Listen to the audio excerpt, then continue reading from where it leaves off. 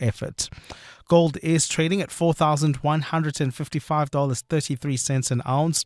The rand is at 16.25 to the dollar, 21.67 to the pound, 18.57 to the euro.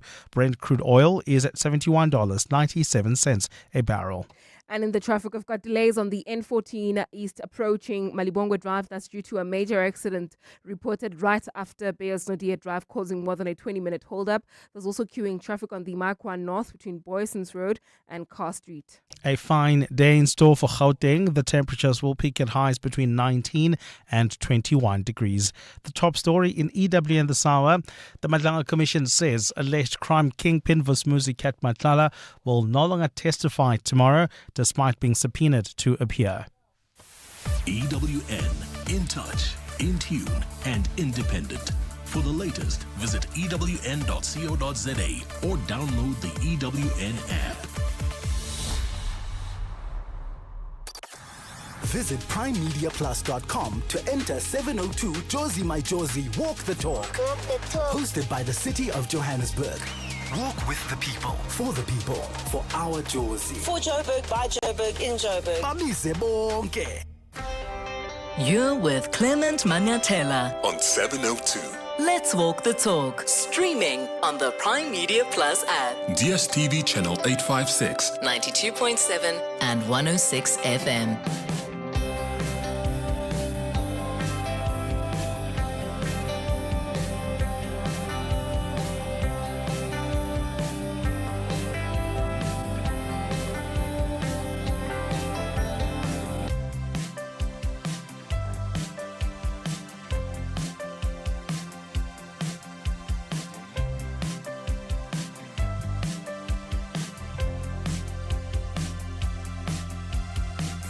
Seven minutes after 9 o'clock, Dumelang, happy Monday. Welcome to it's actually the birthday edition of the Clement Manyathela Show. The show is turning 6 years today. Can you believe it?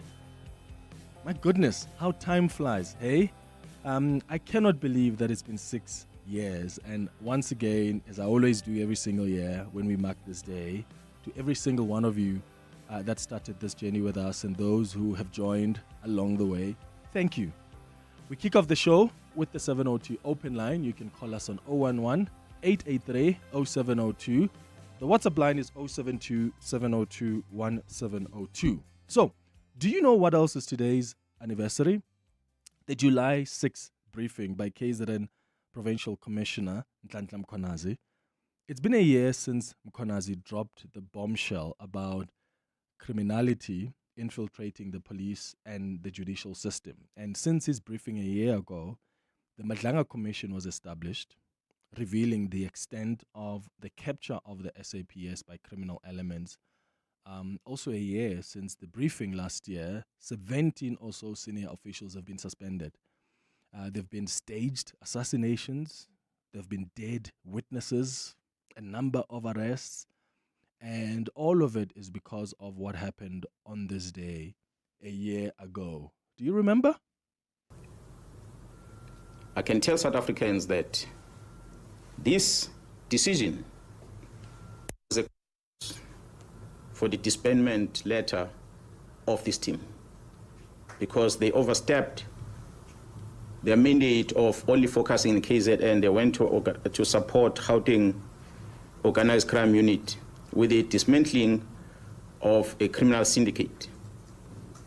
And I can confirm before the South Africans today that the investigation which these members were involved with in Gauteng has unmasked the syndicate.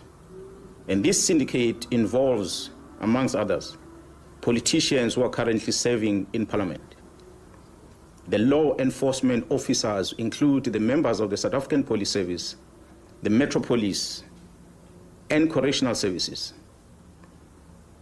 They include prosecutors in Gauteng province, the judiciary, and all these are controlled by the drug cartel as well as business people in that province of Gauteng. So that's really was part of the briefing a year ago today. And I want to know from you this morning, what has shocked you the most over the last year since that briefing? what's that one thing that took you by surprise? Let me know, please. Give me a call or send me a WhatsApp voice note. Or maybe you can share with us what you're most excited about. What have you been happy about since the July 6th briefing last year?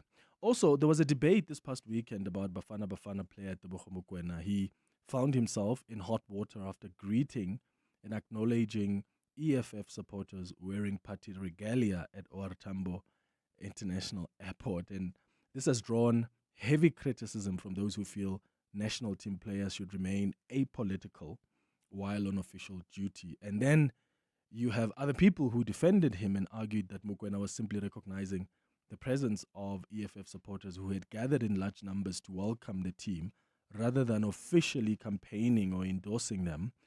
And all he said when he arrived at OR Tambo International Airport was this. Dumelang.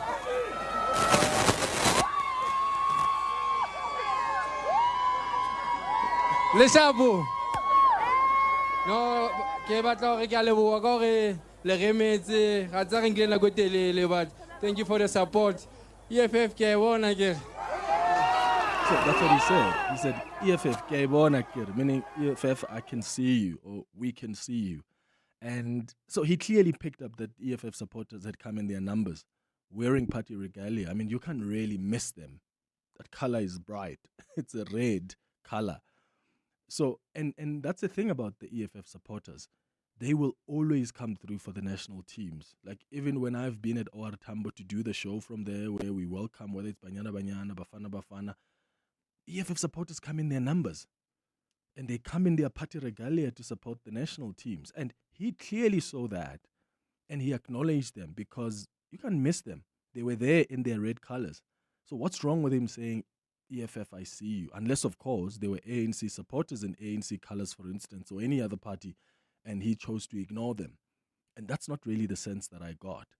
So I'd like you to share your thoughts on this. I must say, what surprised me, though, was yesterday I saw the SG of the ANC sending multiple tweets about Magwenya and how he has even once asked SAFA President Denny Jordan to discipline Magwenya. And I just thought, really? Is he going to really occupy himself with this chap's behavior? With all the issues that this country has that deserve the attention of our leaders. This is what the SG of the ANC is sending multiple tweets about. And I even asked him on Twitter, honestly, on a scale of 1 to 10, is this a crisis? Is it worth the priority that it's given? Is it even worth the ANC intervention or interference? Because he says, as SG of ANC, he had to contact Denny Jordan. I don't think so. And I'm not even talking about the merits of the matter. I'm just saying, and I'm asking, how big of an issue is this? Is it really a crisis that needs an SG of the ANC to go on such a campaign? Anyway, share your thoughts, please. Here's what Tebogo Mokoena also said in 2024 when Bafana Bafana arrived back home. Remember, that's when they brought with them their bronze medal after coming third in the AFCON tournament. First of all, dumelang. No, ke thabile haholo bona President Julius.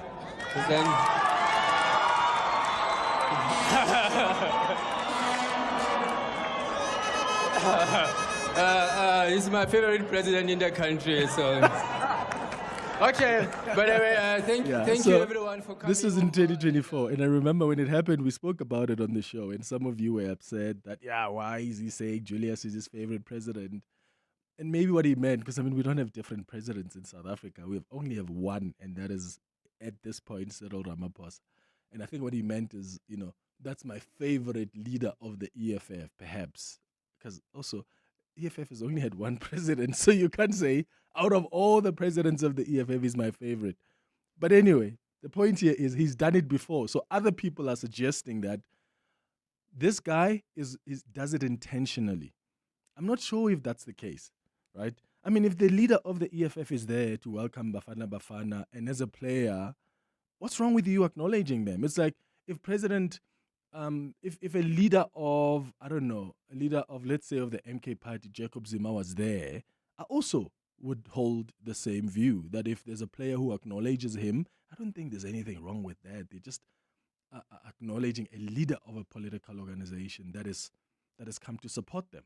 I don't know. Let me know your thoughts on 011-883-0702. At 10 o'clock, we're going to speak to the Minister of Communications, Solly Malatsi, about the meetings that he's had with Starlink and whether he faced any pressure from Tony Leon's company, Resolve Communications. We're also going to speak to the former mayor of Tshwane, Solim Simang, to ask him whether he met with Tony Leon after he became mayor, because as you've seen in the Sunday Times yesterday, there was a report that a year into the DA taking control of Tshwane Metro in 2016, Tony Leon set up a meeting with then Mayor Solim Simang to discuss how his public relations company could score tenders from the administration. So we'll hear from Solim Simang whether this meeting really did take place, and if so, what happened.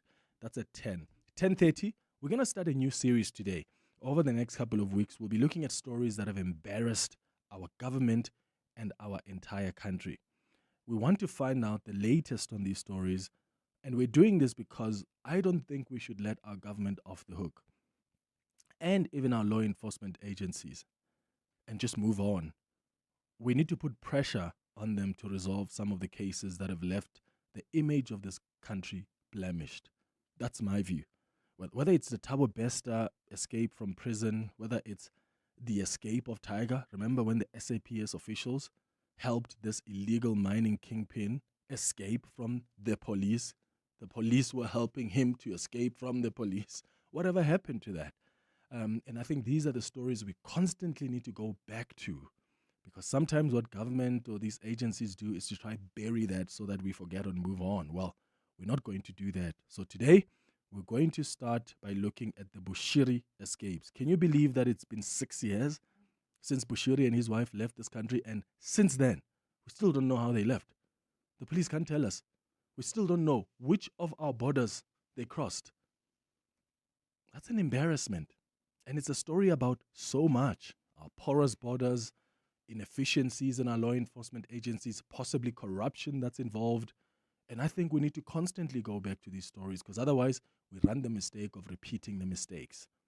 So that's a conversation we're going to have at 10:30. And then we're going to wrap up the show at 11 o'clock with our Family Matters feature. And today we're discussing why you should let your child struggle a bit and not be too privileged to a point of being insulating them from the realities of life. So we'll be discussing building resilience in children. That's the show coming up over the next 3 hours. Clement Manyathela, streaming on the Prime Media Plus app. DSTV channel 856 92.7 and 106 FM. Good morning, Clement. Hanya from Pretoria. What shocked me the most is the fact that nothing has changed. Yes, those people have been arrested, but the country is still in disarray. Crime is still rampant. Nothing has changed. Everything's still the same. And yeah, I don't think we've seen enough yellow overalls. So it shocked me. Big revelation. Yet the more the things change, the more they stay the same. Thank you. Morning, Clement. Karabo from Klipspruit. I think with the Madanga situation, I think what shocked me the most is the incompetence of the generals, the head of departments that cannot even speak English and they cannot even express themselves.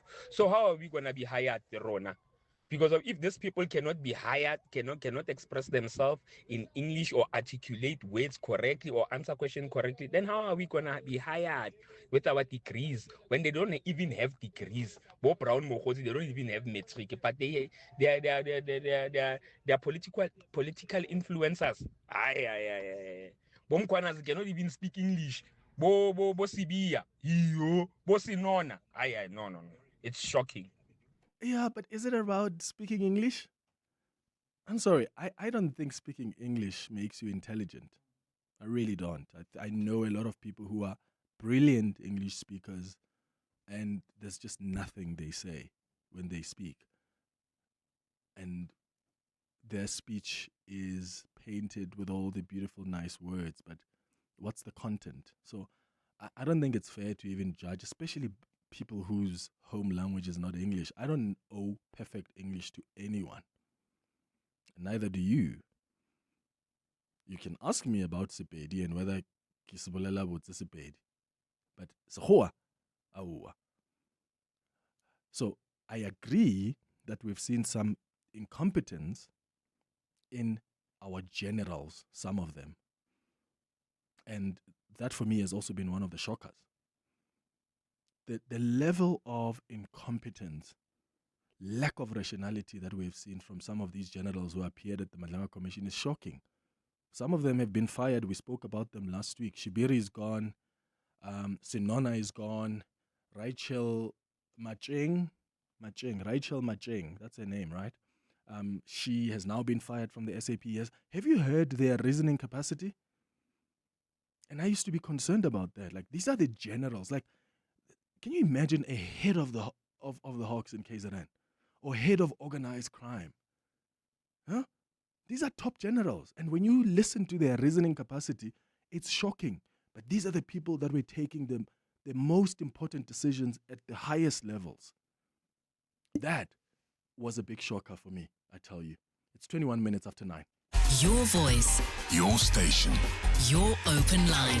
Walk the talk with Clement Manyathela on 702. Morning, Clement.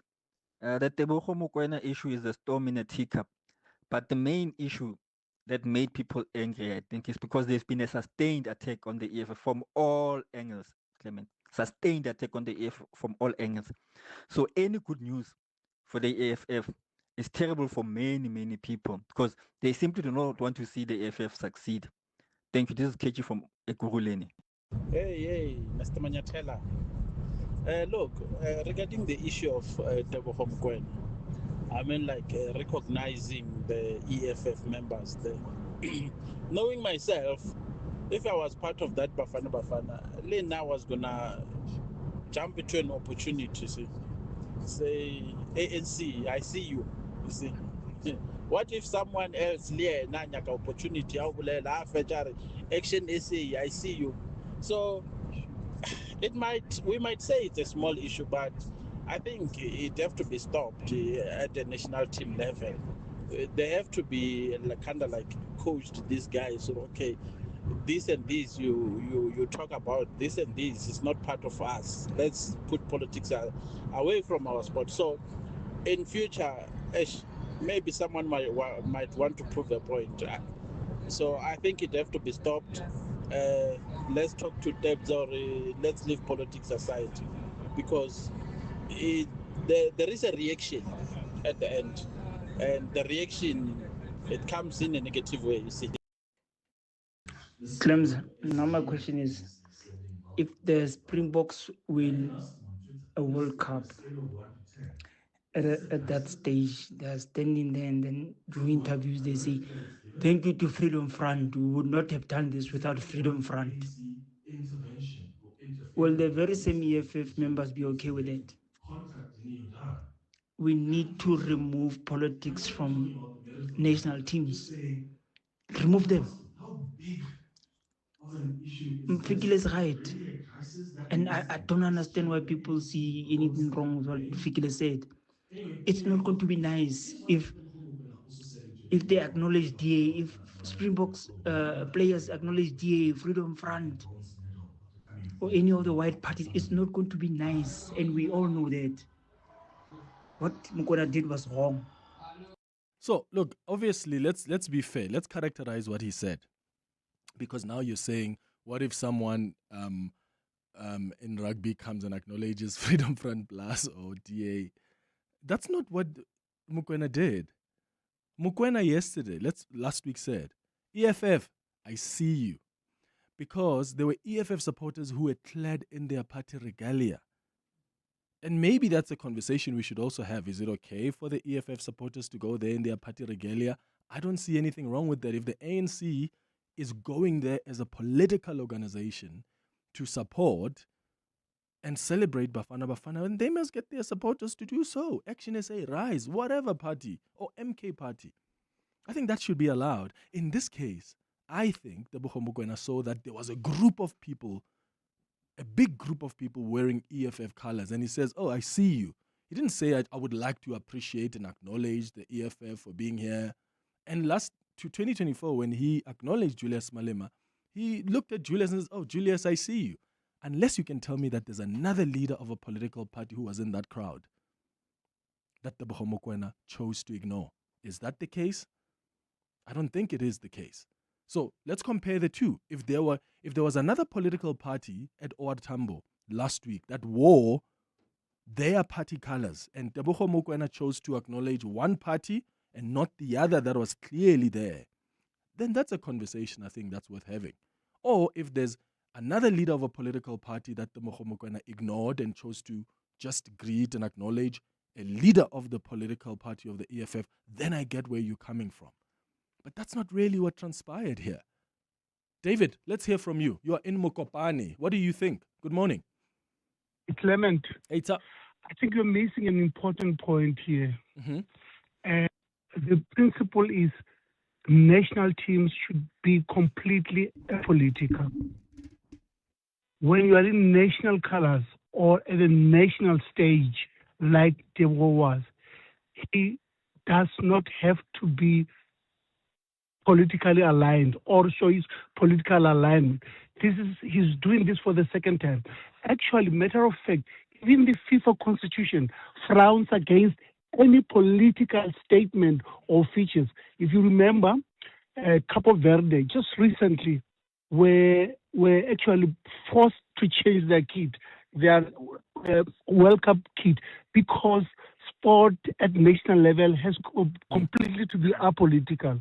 Just imagine when Clement, when we play or when the national team goes out, some come in ANC regalia, some comes with AFF regalia, and then the supporters invariably are going to be divided. And now we are now dividing sport, national sport, along political lines. That should not happen. The SAFA constitution, the FIFA constitution frowns against such statements. Yeah. What constitutes political speech, David? Political speech, exactly what he said. There were a number of. I was at the airport. There were a number of people clad in various attires. Wait, were you at the airport to welcome the I was at the airport. Yes, I was. Okay, so there were other parties there that he chose not to acknowledge who were wearing their ANC. But they were not as. I agree with you. They were not as conspicuous as EFF. But as a matter of principle, a national team person, regardless of sport, should not be seen to be political. Yeah, at the very least, David, because I think we must have a conversation about what constitutes political speech. It can't just be anything. But I get your point, which is why I said if there were other parties there, if there were people clad in their party regalia and he chose not to greet them, then I find that problematic because then he's choosing one party over the other. So if there were EFF supporters there and then there were ANC supporters there as well clad in their party regalia, he must be able to say, ANC, I see you, EFF, I see you. But to choose one over the other, then that's where I think you're blurring the lines. Let's go to some more of your WhatsApp voice notes. About 1 year since General Mkhwanazi held that media briefing that has since revealed so much about the rot in the SAPS. Good morning, Clement. Hopefully you had a great weekend. This is Ronald Labaye in Edenvale. What surprises me the most is that we still have a minister that is still getting paid for the past 12 months for doing nothing. That is what surprises me. But anyway, this is Mzansi for you. Thank you, Clement. Morning, Clement. Since that briefing by the Lieutenant General Mkhwanazi, man, last year, I'm not really shocked by anything, man. These things have been happening. They just needed that one person to come out and speak about it. And I'm grateful for the Madanga Commission as well because they have really acted on those accusations and we've seen a lot of proof coming out and a lot of suspensions to high-ranking officials, you know. So it has really worked, man. But then one thing which bothers me now is that, Clement, why is Mugen Momera still out there, man? Why is nothing said? This country. At the time when they were asking one of the generals at Madlang about the question of laws, the laws that they needed to, the laws that need to be implemented there. That general was stuck. He couldn't even answer. It's amazing that even these guys, the laws, the labor laws, all these things, even the laws that they need to enforce, they don't even know. what they mean. Now we are in trouble in South Africa with these police generals. Case and cases. Yeah, even their own legislation. I remember when they were asking, was it Shibiri? Like, do you understand like conflict of interest and what your policies say about that? Did you declare the loan from Ket Matlala to your officials? He didn't know anything about that. Was he required to do that? It's shocking to me, and especially because these are top, high-ranking SAPS officials. These are, ahead of organized crime. You need to be ahead of the criminals, even in your thinking, in your strategy. Do you think these are the people who are capable of that? No wonder the levels of crime in this country. It's 9:30. Time for the latest in Eyewitness News headlines. Fisa, good morning. Thanks, Clement. Good morning. Police watchdog IPID says it is finalizing arrest warrants for 2 more people linked to the alleged theft of precious stones worth 14.9 million rand in 2023. The update follows the arrest of 2 suspects over the weekend. A third person, a former Ekurhuleni Metro Police Department officer, remains at large. A social housing project in Ekurhuleni is in a dilapidated state despite more than 100 million rand being spent on the development. The Clayville Extension 45 project has been flagged by the Auditor General as a material irregularity. And wildfires are raging across southern Europe, forcing thousands of people to evacuate their homes. Sports officials have been prompted to ban spectators from a stage of the storied Tour de France cycling race as a result. And those are the headlines. This EWN and more at 10 or as it happens. EWN Traffic. Heading towards the Joburg CBD, do you expect more than a 20-minute hold-up? This is along the Mark 1 North between Boysons Road and Carr Street, while travelling in a Bedford View, queuing traffic on the N12 and the R24 West between the Edenville Road exit and the Gululis interchange. In Midrand, we've got delays on the N1 South approaching Olifantsfontein Road. There's also queuing traffic on the N1 North in the city of Tshwane. This is between John Foster Drive and Rigel Avenue. That's due to roadworks between the 2 points. Please be on the lookout there and approach with care. We'll have more updates at the top of the hour. Stay tuned. There's more EWN on air, online, and on the EWN app. 702 Josie, my Josie Walk the Talk is calling on you to walk with the people, for the people on Sunday, the 26th of July, Babiza Bonke. And this year, you can choose from 3 different inner city routes. The 5-kilometer Victoria Yards route takes you from Ellis Park through the inspirational Joburg Cricket Club into Victoria Yards and past the Troyville Hotel, and then you finish off at Ellis Park. So, whether you are taking on the 5-kilometer, 8-kilometer, or 15-kilometer route, enter now on primemediaplus.com and get ready for the 702 Josie My Josie Walk the Talk, hosted by the city of Joburg. If you're a fan of the beautiful game, you'll recognize this and this. But what about this? It's your chance to score big time. Win your share of up to 2 million rand with Standard Bank. It's game day every day. To enter, open and use any qualifying Standard Bank account, in-app or in-branch. Already a Standard Bank customer? Sign up for Standard Bank Connect online to get a bonus entry.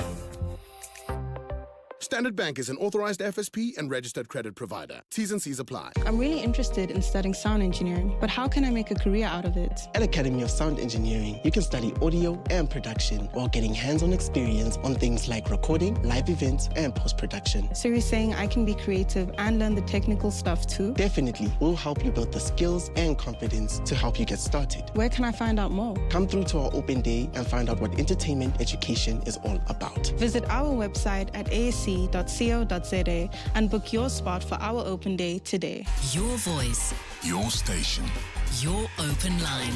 Walk the Talk with Clement Manyathela on 702.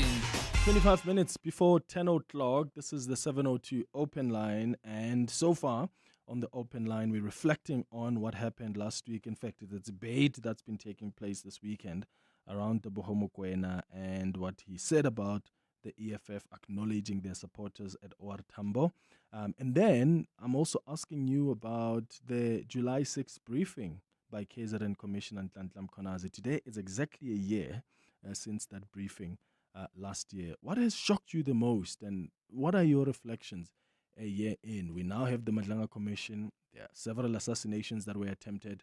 There are several people, well, a few that have been killed, who were witnesses or supposed to be witnesses. And there's just been revelation after revelation about the rot in the SAPS through the Madlanga Commission. So your calls, your WhatsApps on that as well. Let's start with your WhatsApps on 072 702 1702. Good morning, Clement. I think for the sake of emotional intelligence, one should be able to differentiate or to know in their hearts whether what they are saying is going to appease or is going to rub people in a certain way. So I think it's all about emotional intelligence. I don't think that Teboho Mokoena was supposed to say that at all.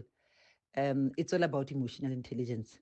I think they need to, that is the reason why they need to also be taught what to say in public. Good morning, Clement, and the 702 family at large. Quincy here. I think rather than focusing on Teboho Mokoena and what he said about the EFF, should rather focus on the EFF and advise them to stop attending events of national importance wearing party regalia, because that just polarizes everything. That just causes a rift amongst South African. If they were welcoming maybe Orlando Pirates, maybe Kaizer Chiefs, I think it will be understandable.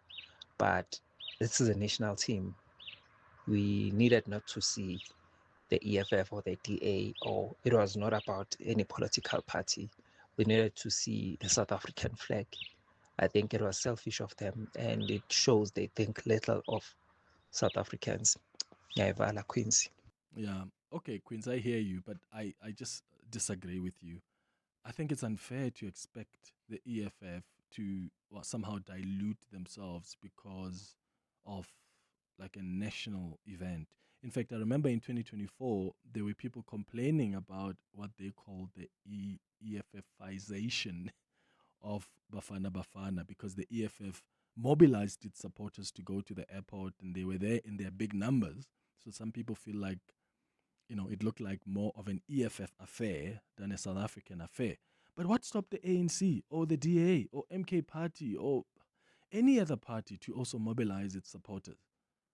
I don't think it's fair to say to the EFF or even to the ANC or to the MK Party, don't bring your supporters in those colors there, because then you are politicizing this entire thing.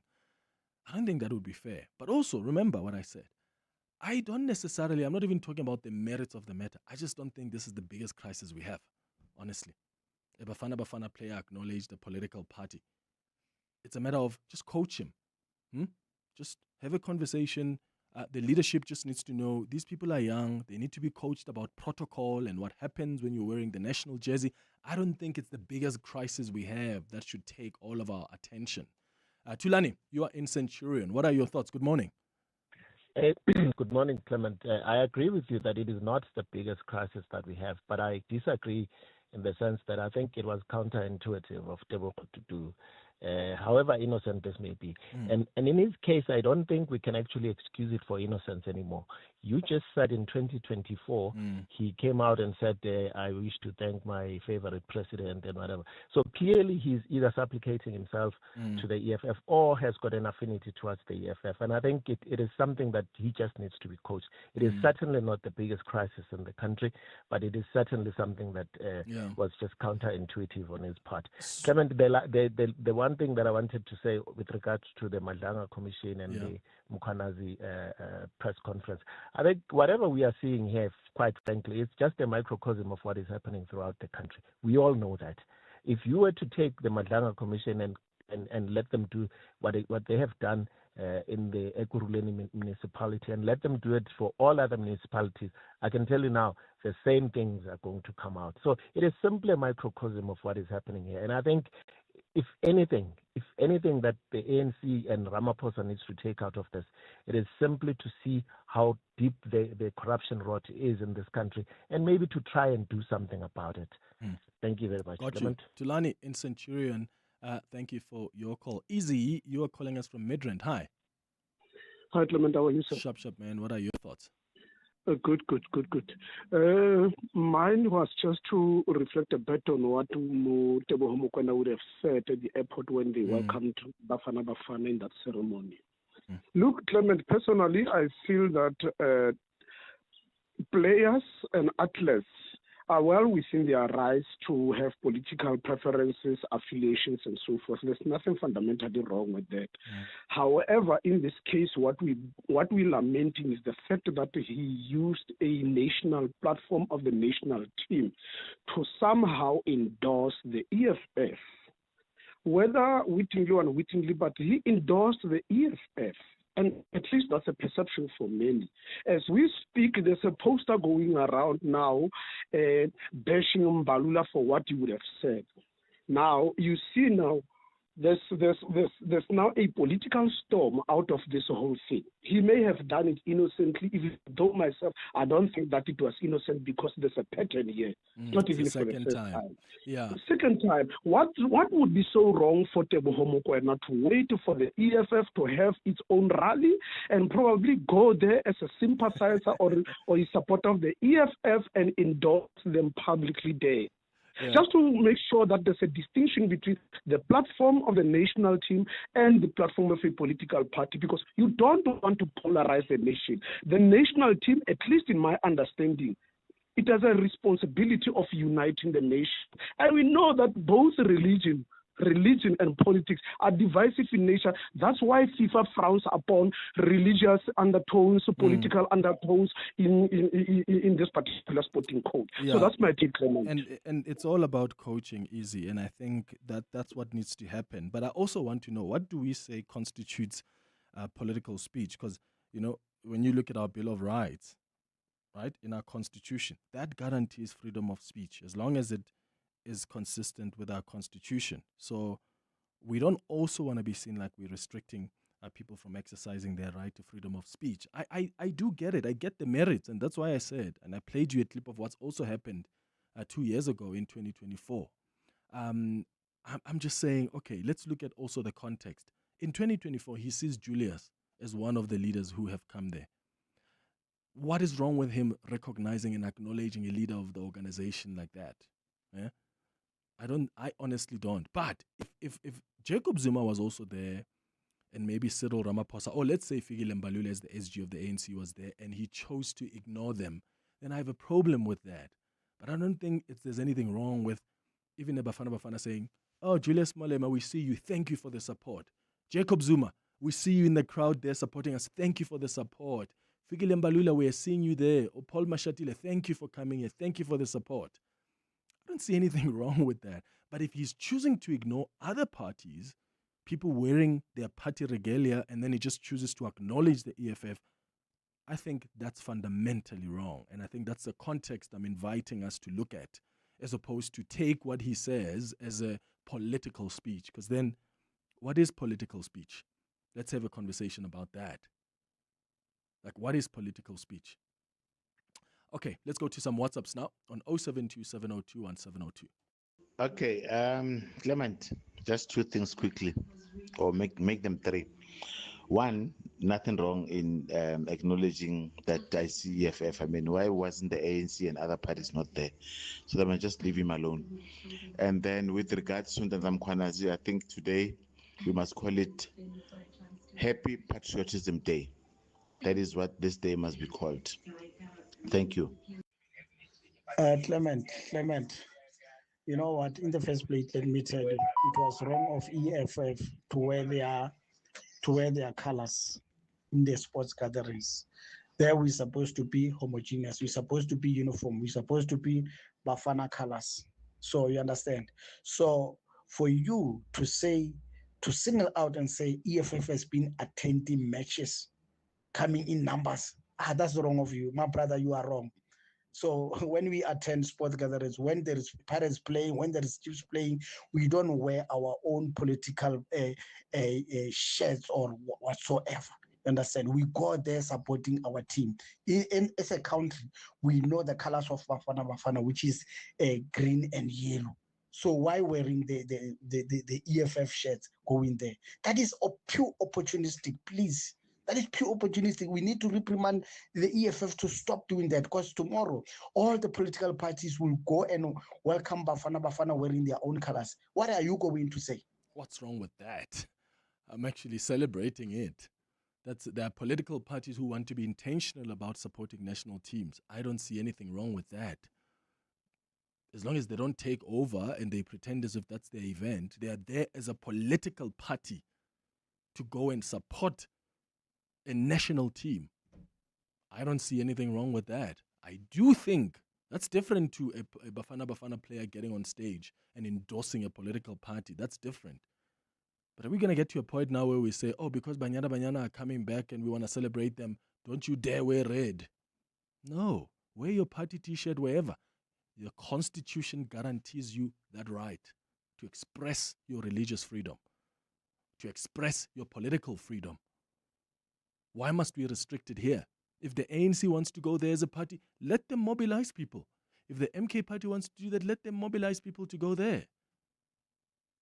More of your WhatsApps. Hey, good morning, Madimecha and 702 lenders. I, Madimecha, Tebogo Bamasugela Batumbamdim. Kanti, he just acknowledged them and said, Kialebona. And in any way, Clement, is it because you are in the public eye, you're not supposed to like someone or a certain political party or what? I get it, these people, Lebona, they do vote. So meaning they do maybe have memberships or they love or they are, yes, they're not active members because we don't see them out there. But definitely they belong to a certain political party. There's nothing wrong that they did. I don't know what's the kind of halabalu about that thing at the I enjoy life. Sharp. Yeah, Umunyani, yes, he's young, but he must also taught protocol. You know, he's young. Yeah, I do think that they must still have a conversation with the players so that they understand protocol and they understand what are the boundaries, you know, especially when you are representing a national team. It's 13 minutes now before 10 o'clock. More of your calls and WhatsApps after the break. What I love about this year's 702 Josie My Josie Walk the Talk is that it's taking people back into the Joburg CBD, and for people to be able to see the work that Josie My Josie has been doing, how they've been fixing up the city. I'm so excited for people to see that. You should take part in this year's Walk the Talk, because if you haven't been into the Joburg CBD in a long time because you're worried about safety, about crime, it's an incredible opportunity for you to go and see what's been happening in the Joburg CBD, what Josie My Josie has been doing, what the residents of Joburg have been doing. This year, I'm going to take part in the Walk the Talk because I can't wait to see the reaction of people when they go back to the Joburg CBD and to just feel that energy and feel the pulse of the city, and for people to return and for the city to be rejuvenated and for people to want to get involved in being part of that. To enter the 702 Josie My Josie Walk the Talk, go to primemediaplus.com. I'll see you on the streets. When you are walking the 702 Josie My Josie Walk the Talk on Sunday, the 26th of July, keep your eyes open, because Mazda is bringing wonder to the 8-kilometer route. There'll be 5 Mazda Wonder experiences, including a piano performance, a world of color, a bubble field, a Japanese garden, and the Mazda Wonder Hub. Visit one of the 5, then capture and share your wonder moment on Instagram, Facebook, or TikTok. Tag and follow at Mazda SA using hashtag Mazda SA. And guess what? You could win your share of 50,000 Rand. Mazda, where wonder awaits. T's and C's apply. At the 702 Josie My Josie Walk the Talk, snap and share any one of 5 Mazda Wonder experiences using hashtag Mazda SA to stand a chance to win a share of 50,000 Rand. Your voice. Your station. Your open line. Walk the Talk with Clement Manyathela on 702. 11 minutes before 10 o'clock. Let's continue with your calls and your WhatsApps. Let's start with you, Moloi. Moloi first in Bloemfontein. Moloi, good morning. Clemza, how are you? Hi, Kemnati. Go ahead. What are your thoughts? Clemza, we've already established that Mufokeng Mokoena is an EFF supporter. I mean, this is not the first time he does this. And Panyaza was there. He will never recognize Panyaza. Why Panyaza, ANC, we see your support? It's because he's an EFF member. And Clemza, we all know... But Panyaza was on stage, Moloi. Yes, but he once acknowledged Julius while Julius was on stage. Was That's what Julius I'm on saying. stage? I don't remember not Julius being now. on stage. Not It wouldn't now, make sense because on stage it's the government officials and the football leadership. In what capacity would Julius be on stage? Go back to some of the YouTube. On YouTube, you'll find a Bafana. I think they were. I don't remember what was happening, but Julius was there, and when I acknowledged Julius live. So we all know right now that he's an EFF member. He was in the crowd, and the producers have confirmed that, Moloi. He was not on stage. It wouldn't make sense for Julius to be on stage because under what capacity is he there? He's not in government. He's not in the leadership of SAFA. Do you think if Paranyoza was in the crowd, Umukona would have recognized him? Do you think so? I don't know, but he would be. He's No. not, What I'm saying is I don't know, but he would be wrong for not doing that. So I don't disagree with you there. If Panyaza Lesufi was in the crowd and then Tebogo just goes, "Hey, Julius, I see you," and doesn't recognize a premier or someone who's in such a senior leadership in the ANC, that would be wrong. Absolutely. But in this case, I'm just saying Julius was not on stage. He was in the crowd. But Julius, I don't think it matters whether you're on stage or you're in the crowd. You are there and somebody's recognized. We all know that politics divide us in this country. We all know that. Now, why would you want to divide us on a national platform for our Bafana? We are there for our Bafana. Now, imagine if all the political parties were there. Are all the players supposed to come in and say, ANC, we recognize you. DA, we recognize you. Now we're sitting in a political party rally now. We are sitting like we're campaigning now.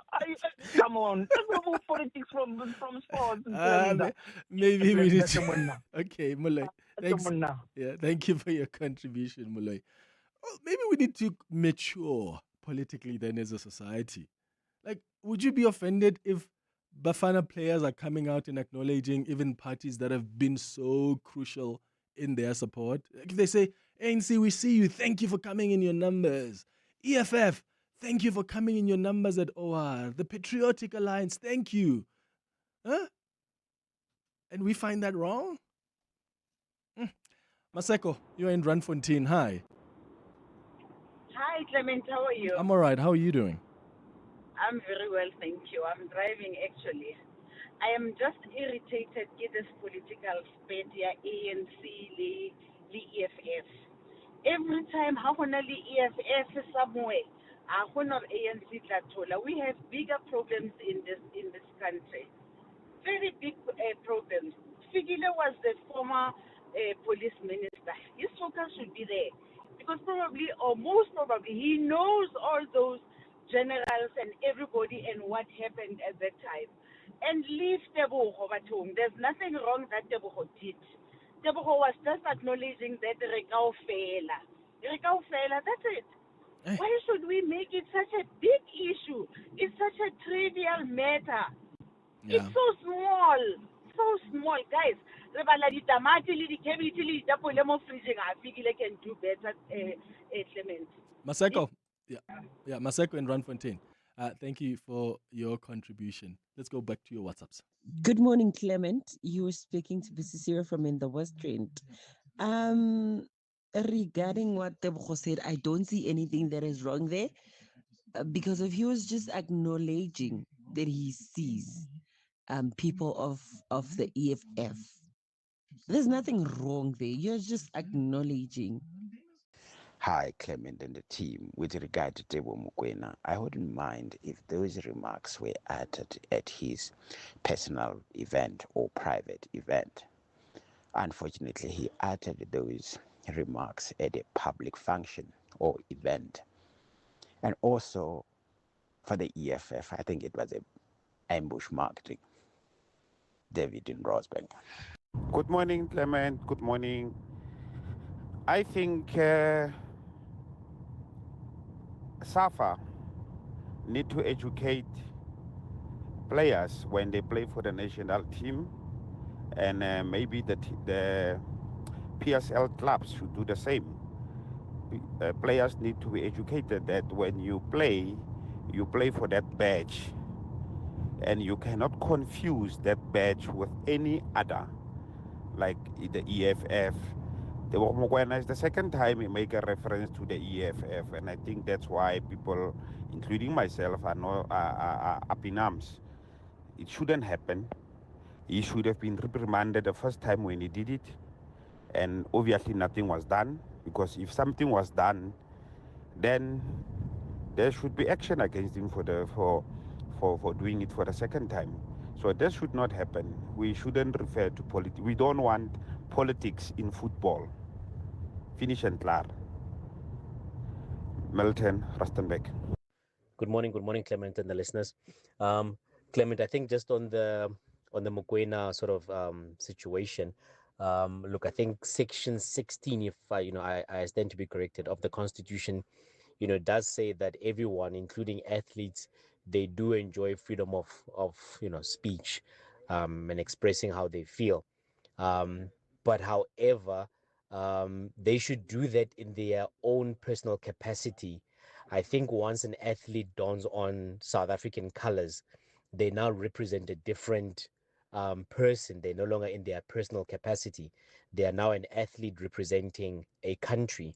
And if they seem to be leaning towards a certain demographic, it influences also his fans. It might give people a certain thinking about where his allegiance lies and everything. It is not so much an endorsement, but some people might misinterpret as an endorsement. So I think once you don the jersey, you no longer representing yourself. You're representing a bigger community. So you can't be seen to be sort of swaying towards one direction. Yeah. Thank you. Bye. Your voice, your station, Your open line. Walk the talk with Clement Manyathela on 702. Hi, Clement. What was shocking for me with the Madlanga Commission, what I observed, in fact, all these officials, they've been out of office for the longest time. What I mean by that, they are more inclined to doing wrong than right, because they've not been doing the right thing for the longest time. So they don't even know what they're supposed to do, because they've been out of office. They've been out of office for the longest time. Out as in not doing what they're supposed to be doing. They'll be doing the contrary. So that's why they can't know, even when asked, what are they supposed to do? They don't know. Okay, thank you so much for your WhatsApp. So I want to wrap up with this message from Nick, who says, "Hi, Clement. Our Clement is an EFF supporter. It shows he admires Lewis Hamilton, who drives for Ferrari, which is a red car and red overall. So surely he must be an EFF supporter." So funny. Thanks for making me laugh. It's 2 minutes before 10. In life's most challenging moments of loss, compassion can be your greatest comfort. You shouldn't have to face the financial burden of losing a loved one by yourself. Rest assured, Clientele's funeral plans pay out cash within 24 hours. You can cover up to 13 family members on one plan, ensuring all your loved ones are taken care of, and 3 children are covered at no additional cost. With Clientele, you're not just buying a plan, you're also buying peace of mind. When the time comes, you will need to make important calls with your 200 Rand airtime you will receive when you claim. Plans offer double accidental death cover, as well as transport, grocery, and unveiling benefits. Apply today. It's easy. There are no medical examinations and no paperwork. SMS funeral to 31586. That's 31586. Clientele Life is an authorized FSP and licensed life insurer. T's and C's online. Standard rates apply. We're giving you millions of reasons to celebrate with our selection of Lucky Millions Lotto draws. You could claim major jackpots when you pick numbers from thousands of daily draws. Choose numbers on UK 49s, Euro Millions, and lots more from just R5 per line. Enjoy more chances and more ways to win, all in one place. Grab your chance to celebrate extraordinary riches when you play Lucky Millions from Hollywood Bets. Bet now. T's and C's apply. Hollywood Sportsbook is a licensed betting operator. No persons under the age of 18 years are permitted to gamble. Winners know when to stop. South African Responsible Gambling Foundation toll-free counselling line 0800 006 008 or WhatsApp help to 076 675 0710. Clement is on X at The Real Clement M. After the news at 10 o'clock, we'll bring in the Minister of Communications, Solly Malatsi. I'll also bring in the former mayor of Tshwane, Solim Simang, and it's a conversation about Tony Leon's PR firm, Resolve Communications. It's 10 o'clock. This is EWN. Good morning, I'm Sfiso Zulu. Police watchdog IPID says it's finalizing arrest warrants for 2 more people linked to the alleged theft of precious stones worth 14.9 million rand in 2023. The update follows the arrest of 2 suspects over the weekend. A third person, a former Ekurhuleni Metro Police Department officer, remains at large. The suspects are accused of stealing the stones from a house in Killarney under the guise of a police operation. The 2 suspects are expected to make their first appearance in the Johannesburg Magistrates Court today. Demakatso Lishuro is there. IPID says 6 people were allegedly involved in the operation. 5 remain the focus of the investigation. A JMPD VIP Protection Unit Inspector known as Witness K, the AMPD constables Keisha Lee Stolz and Adrian McKenzie, civilian Andy van der Walt, and Mkwanazi, a 6th officer whose identity has not been disclosed, is believed to have died of natural causes last year. The alleged robbery was first detailed during testimony at the Madlanga Commission by Witness K, who testified that she and Mkwanazi allegedly knew the operation was intended to be a robbery. She further alleged that after the precious stones were sold for 110,000 rand, the proceeds were divided among the group, with 88,000 rand shared between Mkwanazi, Stolz, McKenzie and Van der Walt, while she kept 22,000 rand. Neither Mkwanazi nor Witness K have been arrested as yet, but IPID spokesperson Lizzie Suping says arrest warrants are being prepared for 2 more suspects. Dimakatso Leshoro, Eyewitness News at the Johannesburg Magistrates Court. Staying in the courts in Cape Town this time, 5 men arrested for allegedly robbing congregants during a church service in the Kosovo informal settlement in Philippi are due back in the dock today. Last month's robbery was captured on the church's live stream and quickly circulated on social media. Lauren Isaacs has more. The matter is on the Athlone Magistrates Court roll today for a bail application. The 5 suspects were arrested days after they allegedly stormed the Apostolic Faith Mission Church in Samora Machel, while congregants were attending a praise and worship service. They are accused of taking cell phones and other valuables from worshippers and also fled with church equipment. Yangan Guy, who is apparently seen in the live stream directing the crime, faces a charge of robbery with aggravating circumstances. His co-accused face charges of the possession of stolen property. Lauren Isaacs, Eyewitness News. A social housing project in Ekurhuleni is in a dilapidated state despite more than 100 million rand being spent on the development. The Clayville Extension 45 project has been flagged by the Auditor General as a material irregularity. This is the strongest form of a remedial action that can be issued, and it applies in instances where there's a violation of governance controls resulting in financial loss for a public entity. The project was highlighted during the presentation of Gauteng's Consolidated Audit Report. Gauteng Treasury Head Ncumi Samnyani says the matter is being investigated by the AG's office. The finality of the matter could result in the individuals that have been identified as responsible. They will be held accountable to the point that they may be required to pay back the monies that would have been wasted. And wildfires are raging across southern Europe, forcing thousands of people to evacuate their homes. Sports officials have been prompted to ban spectators from a stage of the storied Tour de France cycling race. Hundreds of firefighters are battling blazes that have devastated more than 19 hectares of land in an area more than twice the size of Manhattan across Portugal, Spain, France and Greece. Gold is trading at $4,155.33 an ounce. The rand is at 16.25 to the dollar, 21.67 to the pound, 18.57 to the euro. Brent crude oil is at $71.97 a barrel. There's queuing traffic on the M1 North right at the Crown Interchange. Please be on the lookout there. While traveling on the N3 North, we've got an accident in Bedfordview near the Galuli's Interchange. It's causing delays. A fine day in store for Gauteng. The temperatures will peak at highs between 19 and 21 degrees. The top story in EWN this hour. IPID says it's finalizing arrest warrants for 2 more people linked to the alleged theft of precious stones worth 14 million rand in Killarney. EWN, in touch, in tune, and independent. For the latest, visit ewn.co.za or download the EWN app. We're calling on Joburg to walk the inner city with us. In 702 Josie My Josie Walk the Talk. Babize bonke. Enter now on primemediaplus.com.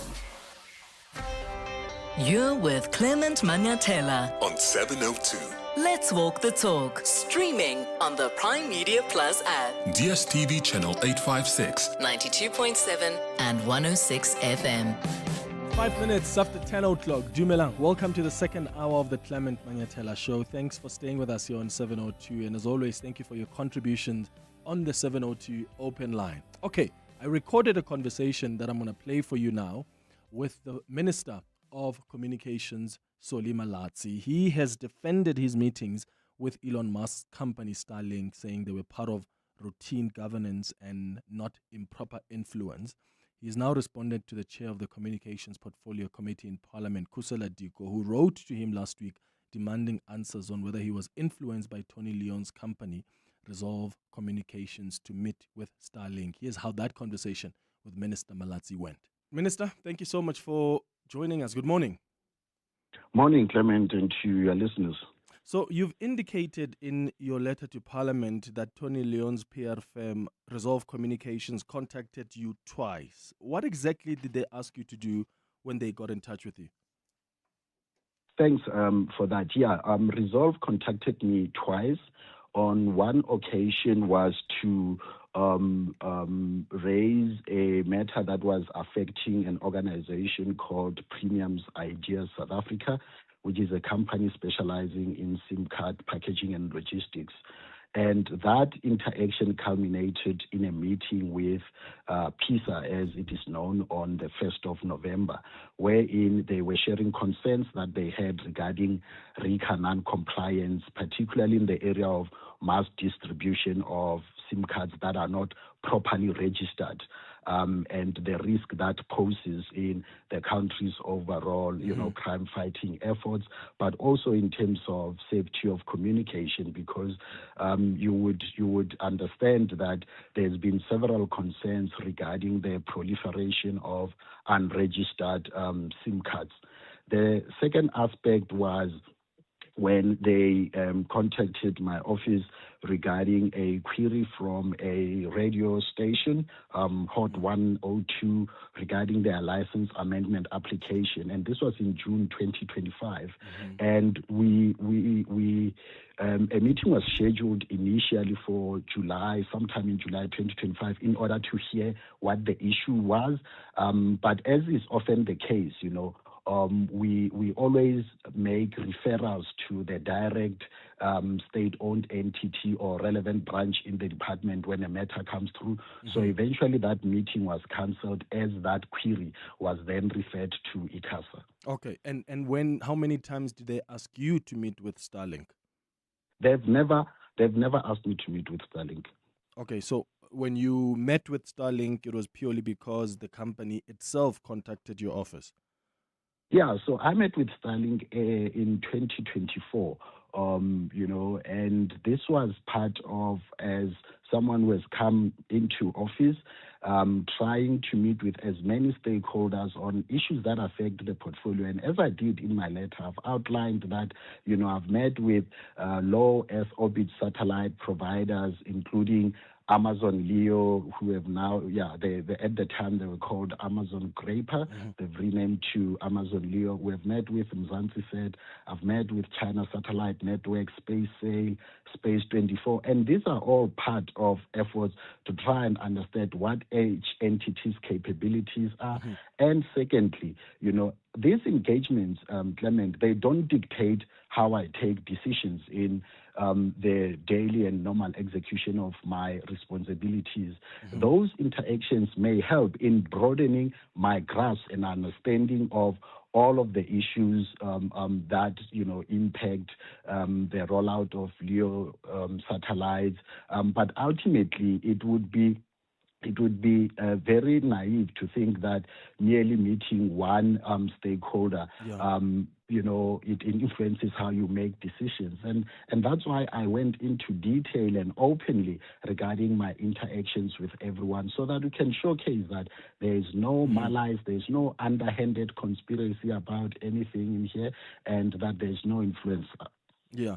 Did they raise any concerns with you when you met them about the regulatory framework in the ITC sector, particularly the localization policies requiring multinationals to sell their company stake to locals in order to operate here? Because they made it clear publicly that they don't want to comply with the current legislation. No, it was a very introductory engagement around, their presence in other African countries and how they see South Africa. And because I can only speak to the existing regulatory framework, it was a matter of also outlining what the current regulatory framework is. It never went into the depths of an individual license application because, it would be a fruitless exercise for me to engage in those, because ultimately the decision about an individual license application lies with ICASA, not the Minister of Communications. But then they also met with John Steenhuisen, even after they had met with you, and they complained to him that you're not moving fast on changing or aligning legislation. Are you aware that they've complained about you before and how slow you were in aligning that BEE legislation? In truth, I wasn't aware up until I watched John's podcast with News 24, and credit to John, because he never came to me and said, this is what's happening about, what you are doing, and there are some stakeholders who are complaining about, pace, whether it's slow or fast. So the first time I really found out about that engagement that John shared in his interview was exactly during that interview.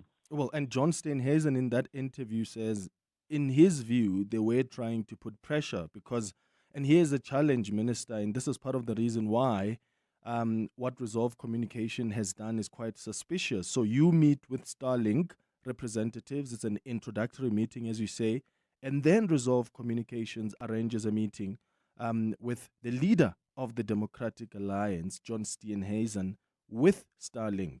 I mean, that's John Steenhuisen under whose pleasure you serve in cabinet, because he decides who goes to be appointed into cabinet from the Democratic Alliance, and they complain to him about you. Do you see where John Steenhuisen has an issue with this arrangement? Because it's clear they went to Steenhuisen so that he can somehow influence you. But Clement, I'm just sharing to you that John never spoke to me about that meeting, and I only found out about it as I watched the podcast.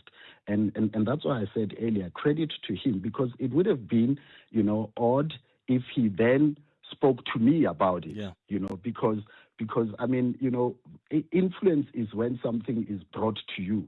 When it's not brought to you, it can be. And I think, for me, this is the most important aspect. Nowhere in that interview that a lot of the media critics are emerging from is there any indication whatsoever that, Resolve facilitated a meeting with Starlink for Malatsi, nor does it say, after that meeting, I then went to Malatsi to say, move at, this speed or whatever pace it is.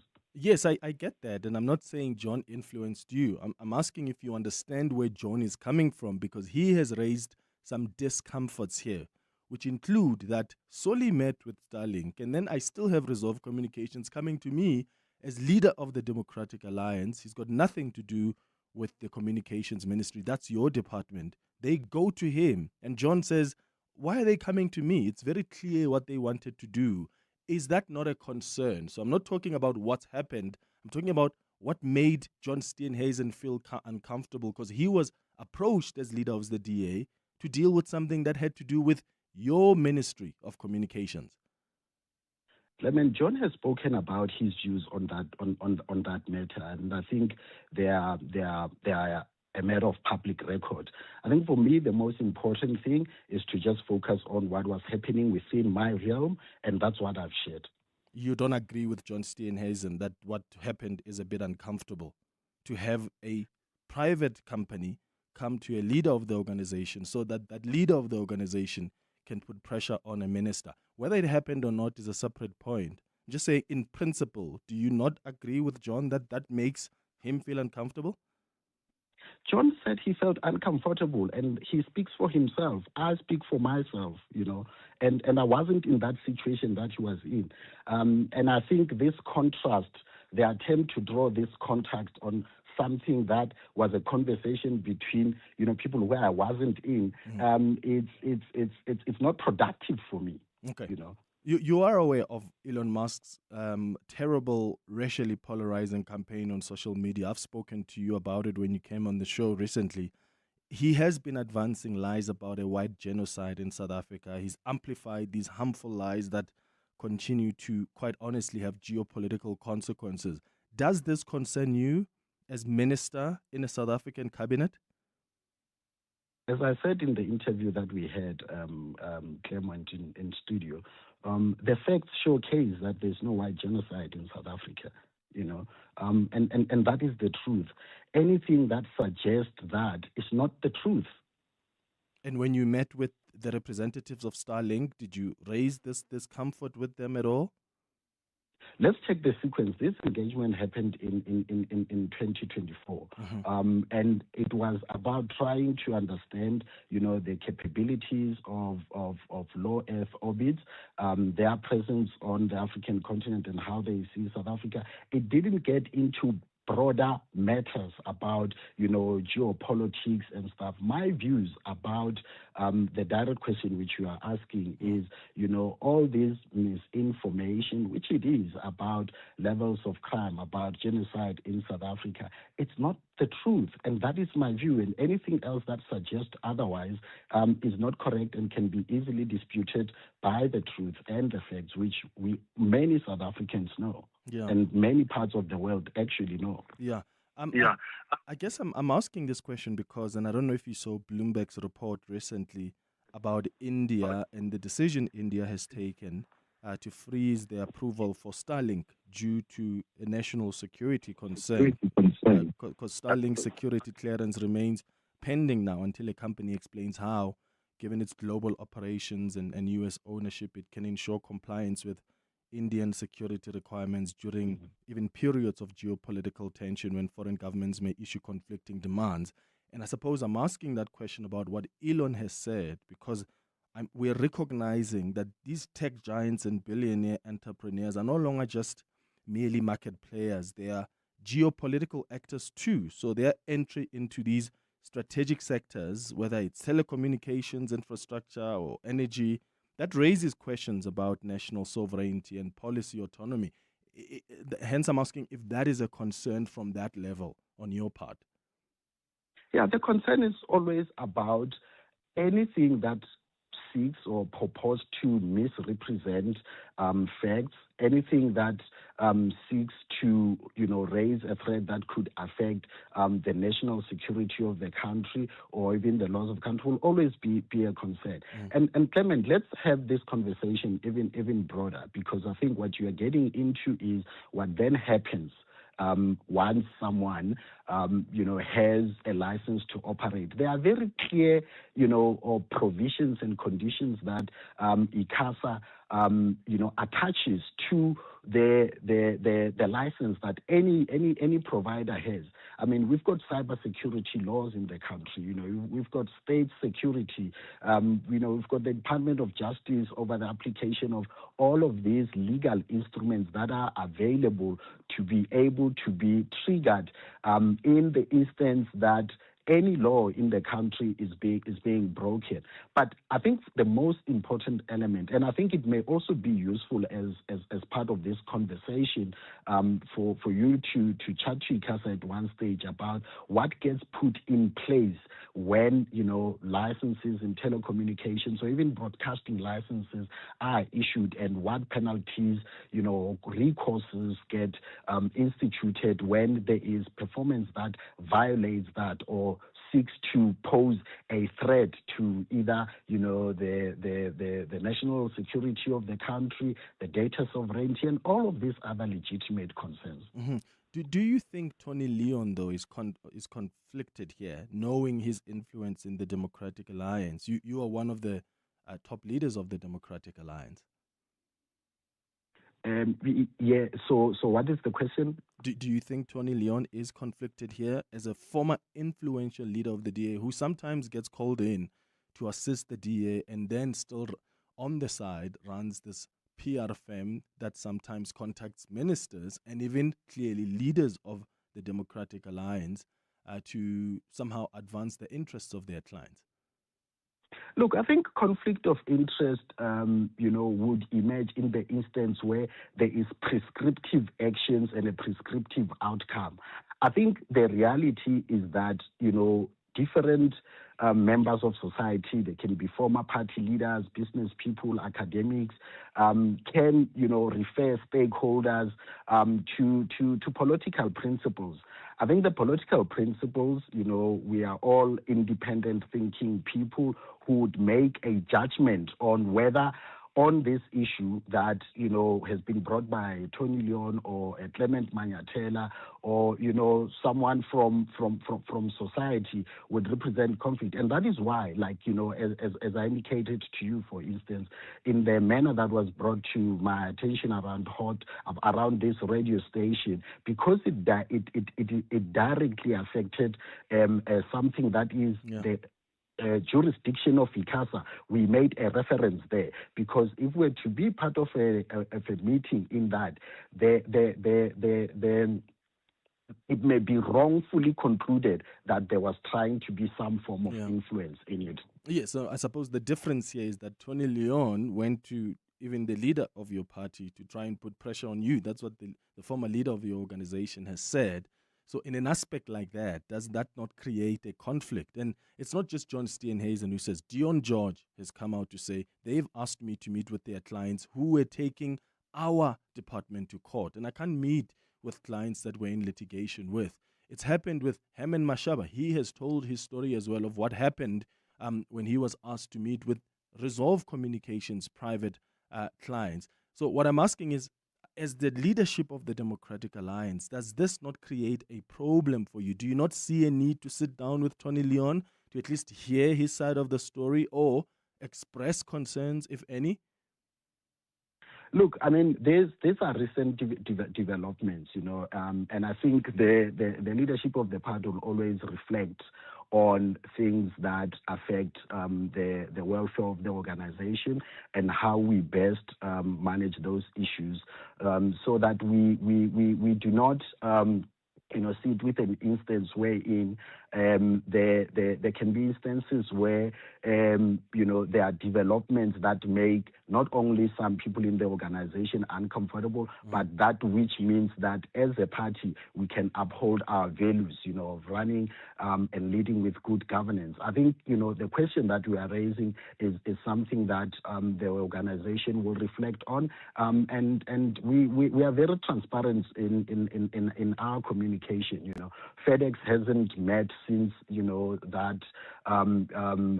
that interview, particularly to discuss it, and should FedEx meet and discuss it, we'll be able to then work with how we proceed on managing these relations, so that we can deal very clearly with the issues of integrity, and also with the reality that leaders in society, Clement, are always gonna be engaging with different stakeholders. We just have to make sure that those interactions do not, compromise ethics, do not compromise our values, and do not compromise individuals who've got responsibilities, be it in government and other positions, be it inside the organization or outside the organization. All right. Soli Malati, thank you so much for speaking to us. I appreciate your time. Thank you very much, Clement. It's 24 minutes after 10 o'clock. So we've heard from Soli Malati. Let's hear now from Solim Simang, who is the former mayor of Tshwane. The Sunday Times reported yesterday that a year into the DA taking control of Tshwane Metro in 2016, Tony Leon set up a meeting with the then mayor Solim Simang to discuss how his public relations company Resolve Communications could score tenders from the administration. In fact, this is the allegation contained in an affidavit deposed by a former senior manager in the city of Tshwane and sent to the Public Protector's Office. Joining us now is Solim Simang, who is the DA's Gauteng leader and former mayor of Tshwane. Thank you so much, Soli, for making time for us. Good morning. Thank you very much, Clement. Good morning to you and good morning to the listeners. Yeah, so this affidavit that the Sunday Times reported about seems to be a document that accompanies a complaint by Action SA to the Public Protector calling for an investigation into John Steenhuisen's claims that this PR firm put DA ministers in the GNU under pressure to meet its clients. Did you ever meet with Tony Leon or any other representative from Resolve Communications after becoming mayor in Tshwane? Let me make it very, very clear. There was never such a meeting, first of all. So it will be interesting to read where this or who the senior manager is and on what day this meeting takes place or took place. And it's very clear and very simple, Clement. What you do is then you go to the records of the city. The city, every time there is anybody that enters the city of Tshwane municipal building, especially there where the mayor sits, there is a register. Go and look at that register if there was actually a meeting. Go and ask the PA, go ask the chief of staff at the time if there was ever a meeting that involved me or Tony Leon on that. But the most unfortunate part about this is that the journalist, the day before, on Saturday, in trying to create hype and excitement around this, goes and publishes on X a very wrong and misleading tweet and states that Simanga felt uncomfortable around a meeting in Tshwane House with Tony Leon, which is absolutely not true. I never had a meeting. I never even gave them that comment. And it went as far as them yesterday. I confronted the journalist and actually then wrote even to the ombuds to then say, these people never gave me a chance, I never gave them a comment, first of all. Secondly, is that which they published is factually incorrect. The last thing they also said was that the DA caucus in Parliament, it hasn't met since the election of its caucus leader, which is actually false as well, because we can even give you minutes of when this caucus have said. So there's a lot of inaccuracies in that particular article that has been published. But unfortunately, this is the level of journalism that is descended in South Africa. But then we also have this former senior manager who apparently deposed an affidavit saying a meeting took place. Why would someone lie under oath? Well, that would be very interesting. This is why I'm saying that it will be, we would want to then see who this senior manager is and what the intentions were. But as I said to you, I'm not worried about these things because there are people that can, corroborate a version of the story. I said to you, there will be a record of when, if there was a meeting, the people that I would have had meetings with, they would have had to sign a security, a register, if you like. So we can go back to that time. We look at that. Secondly, there will be a secretary or a PA. Actually, there's a secretary, and then there's a PA, and then there's a chief of staff. And then there will be security personnel around the mayor as well. So there's so many people that can be actually then brought in to then question this. So that is something that when the public protector, questions, we will be able to then give answers in that regard. So, instead of creating sensation around something that doesn't exist, it is important that we get journalists to report fairly and to report very accurately. But what has transpired in the last day is something that I think is a misjustice. Yeah, but just to be clear, Soli, you're saying you've never had a meeting when you were mayor of Tshwane with Tony Leon or any representative from Resolve Communications. You've never been asked to meet any of their clients. There's never been contact. I've never been contacted to meet any of their clients. I've never met with Tony Leon in the city of Tshwane. The only time that I would have met with Tony Leon is during a congress, if I can remember that far back.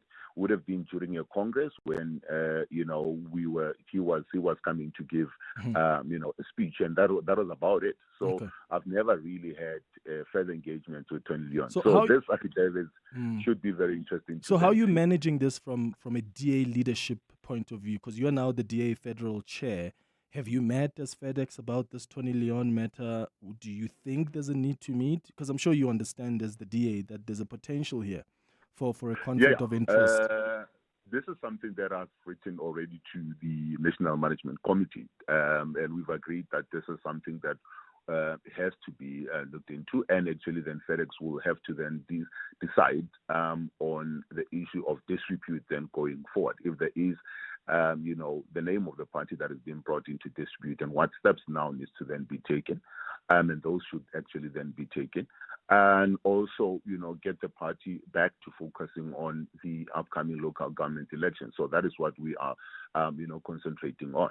But be that as it may, I think that the first thing I would want, I'm still working on, and is getting a full retraction from Sunday Times, and also to get them to publicly apologize, because to get a call from a journalist to then say, "Oh, we messed up, we want to then apologize to you," it's nothing compared to now this thing that has been going around, published all over on social media, and obviously other political parties now jumping in on it and looking in the middle of it, and yet the only apology that you get is from the journalist over the phone. That is not acceptable to me, and this is something that we're going to be taking on head on. And just lastly, you said the caucus in Parliament met over this issue. What was the resolution?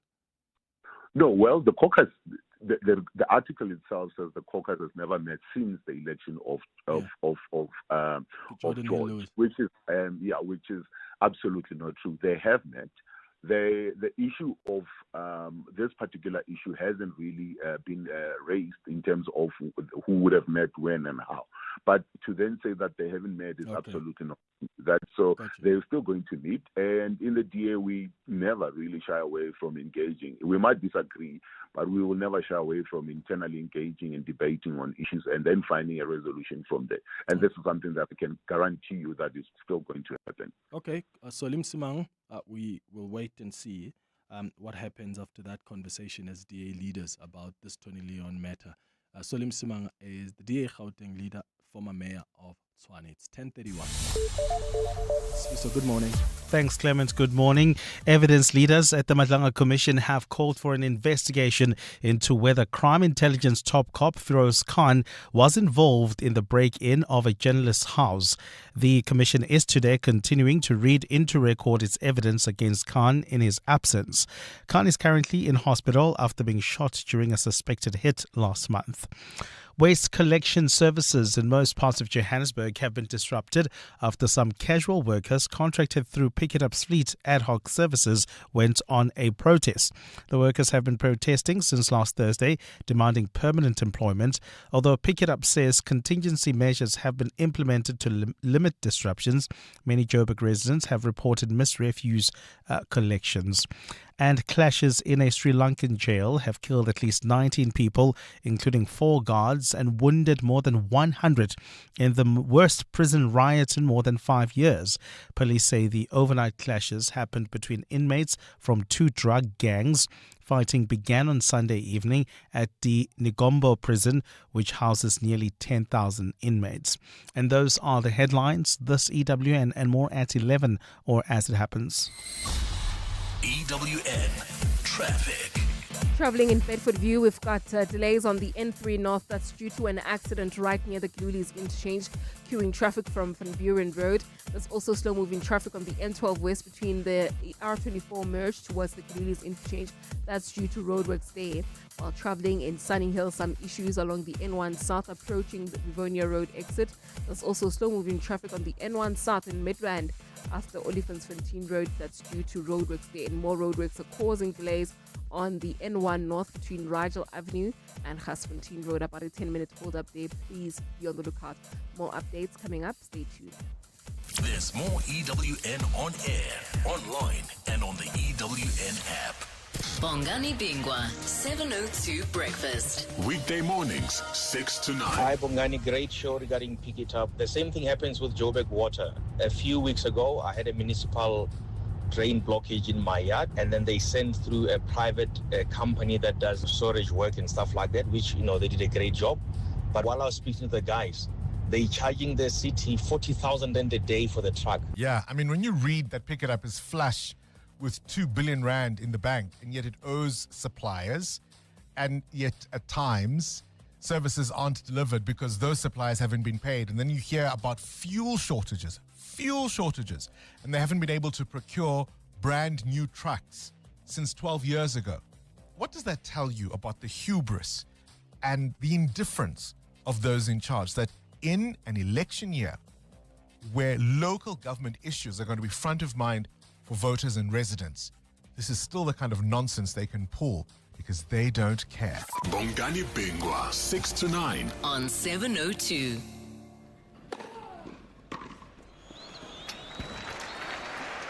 Sure, they aced it. The Championships Wimbledon experience with the Mzansi Advantage is back at Amex Tennistown Monte Casino between 11 and 12 July 2026. Enjoy VIP hospitality, the ultimate big screen experience, a kids fun zone, and so much more. Buy your tickets now on Howler and get 50% off on limited tickets when you use your Amex card. Tennis is better with Amex. American Express Cards is operated under license in South Africa by Nedbank, a licensed financial services and registered credit provider. T's and C's apply. Ready to go? No, can't. Your mother raised you. She can look after him for one day. But he's just a baby. He's 7. Just a baby. I've packed his favorite toy and blanket. Okay, just grab his Hills food.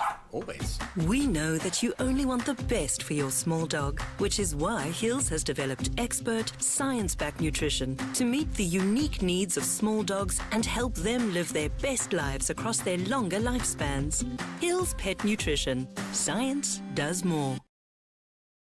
There's so much health information out there, but how do you know what to trust? Catch this show tomorrow from 9 a.m. for Health Matters by Cipla Africa, where we'll be unpacking important health conversations designed to help you better understand your body and well-being. Health Matters by Cipla Africa is a trusted hub bringing you expert-led health conversations you can trust. Then head over to Prime Media Plus app or primemediaplus.com, scroll to Prime Media Highlights, and watch the latest Health Matters video featuring leading experts and thought-provoking conversations. Or WhatsApp the keyword health to 072-702-1702 and we'll send you the link to the content. 702. The Clement Manyathela Show. Let's walk the talk. 24 minutes before 11 o'clock. We're starting a new series today, which will be looking at some of the stories that have really embarrassed our government and, quite frankly, our entire country. And we want to find out the latest on some of these matters. And the reason I thought we should do this is because I don't think we should let our government and law enforcement agencies off the hook and just move on. We need to put pressure on them to resolve some of the cases that have really left the image of this country blemished, whether it's the Thabo Bester escape from prison or the escape of Tiger, the illegal mining kingpin assisted by the SAPS, or the AI policy blunder under Solly Malatsi as Minister of Communications. And these are some of the stories I want us to look at. And if there are others that have left the image of this country blemished and you're thinking we must add it on the list, just send us an email with your suggestion on cm@702.co.za. Today, though, we start with the escape of the Bushiris. Can you believe it's been 6 years and we still don't know how these people escaped South Africa? I think a few sagas have embarrassed South Africa's criminal justice system, quite like the escape of the self-proclaimed prophet Shepherd Bushiri and his wife Mary. So if you remember, it was in November 2020, days after being granted bail on charges of fraud, theft, and money laundering worth more than 100 million rand, when the couple vanished from South Africa under mysterious circumstances. Later on, they just resurfaced in their native country of Malawi. So nearly 6 years on, the case remains an open wound for South Africa's justice system, right? There's an extradition effort that has swung between apparent victory and collapse, unresolved allegations of diplomatic passports and a presidential jet, a racketeering trial of the couple's co-accused, only now getting underway in Pretoria. So this is a story about so many things: our porous borders, the alleged high-level maneuvering, and a justice system that has so far been unable to bring these two high-profile fugitives home. And by home, I mean here, our home in South Africa, for them to face the music. So we're going to start this conversation with Khomotso Modise, who is an EWN reporter who was reporting on this when it happened. And I'm going to bring in Kaiser Khanyago, who's a spokesperson at the NPA. But I want to hear from you as well. Why don't you give me a call or send me a WhatsApp and tell me what your reflections are 6 years later? What, have you given up? Do you think we must close the book and say, well, they escaped, we don't know how they escaped? Maybe it was with the assistance of the Holy Spirit, as Shepherd Bushiri suggested, because nobody can really explain how they just vanish from the face of this country. What are your thoughts on the fact that 6 years later we still don't have the answers? Let me know. You can give me a call or send me a WhatsApp voice note. Khomotso Modise joining us now on the line. Khomotso, thank you for making time. Good morning. Good morning, Clement. Thank you for having me. So, you were there when 6 years ago, when this story broke. You were actually reporting and covering Bushiri's bail hearing at the Pretoria Magistrates Court in 2020, and you reported on their disappearance as it broke. Just take us back. What was that week like, and when did it become clear that something extraordinary had happened here? Yeah. So you're right. I was in the Pretoria Magistrates Court during that time, and I just recall seeing that area, the streets leading up to the court just being packed with supporters and followers, many who were praying. There were many women and men who were in the T-shirts from his church, praying quite fervently, it seemed, believing that a miracle would happen. Some of them were praying in tongues, kneeling on the tar in the streets, praying for the leader of their church. And so you could see that it was a large number of people. The influence that he had on those people was very clear, Clement. I mean, I just remember seeing from one traffic light to the next almost groups of people that are there to support Shepherd Bushiri and his wife, Mary.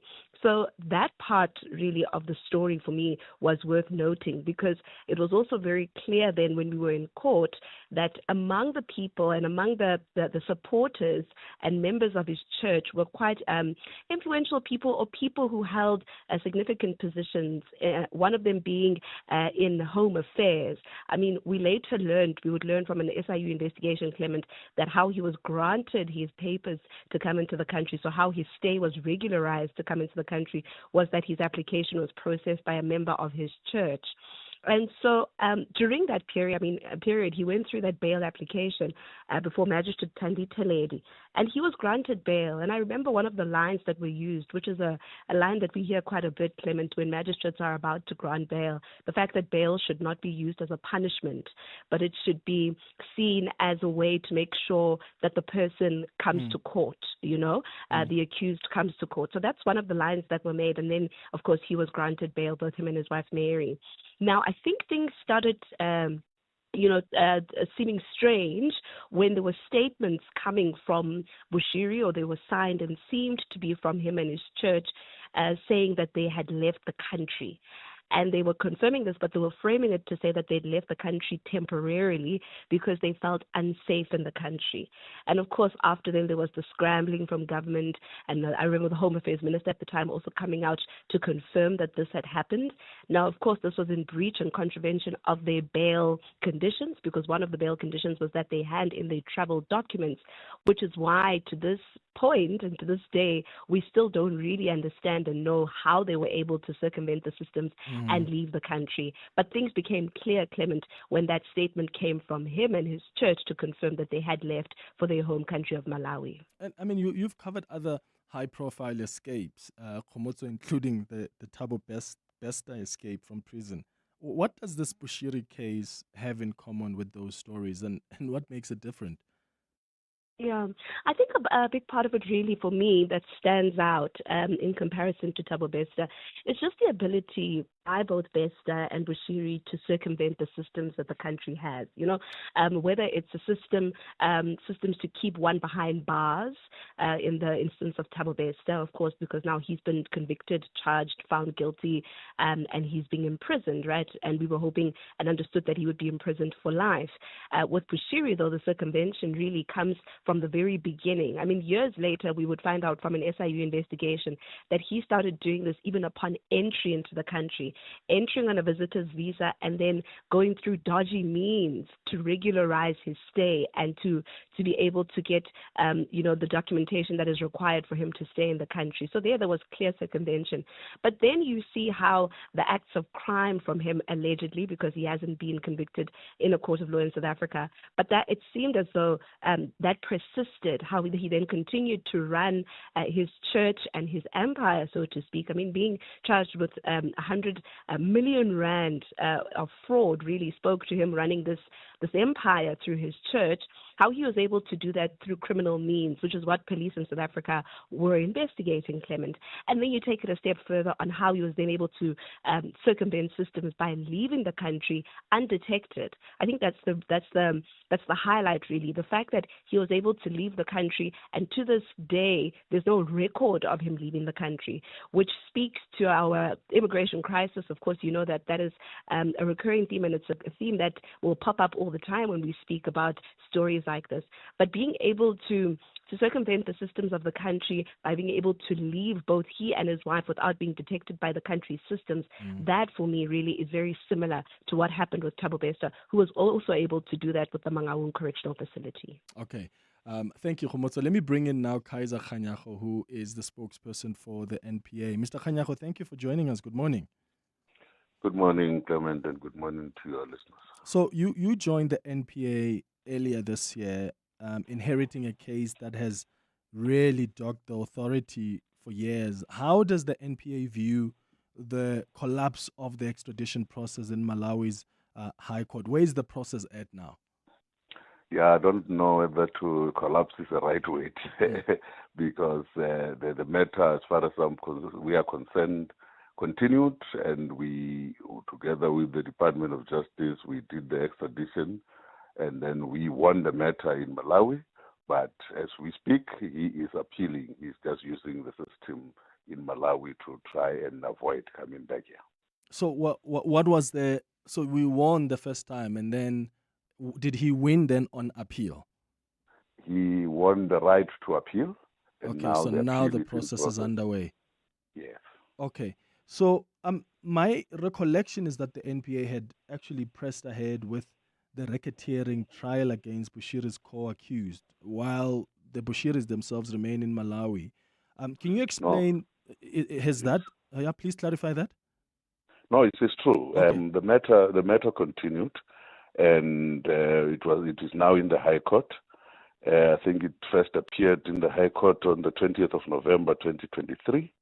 That was the first appearance, and it's against Madolo, the wife, and 6 others.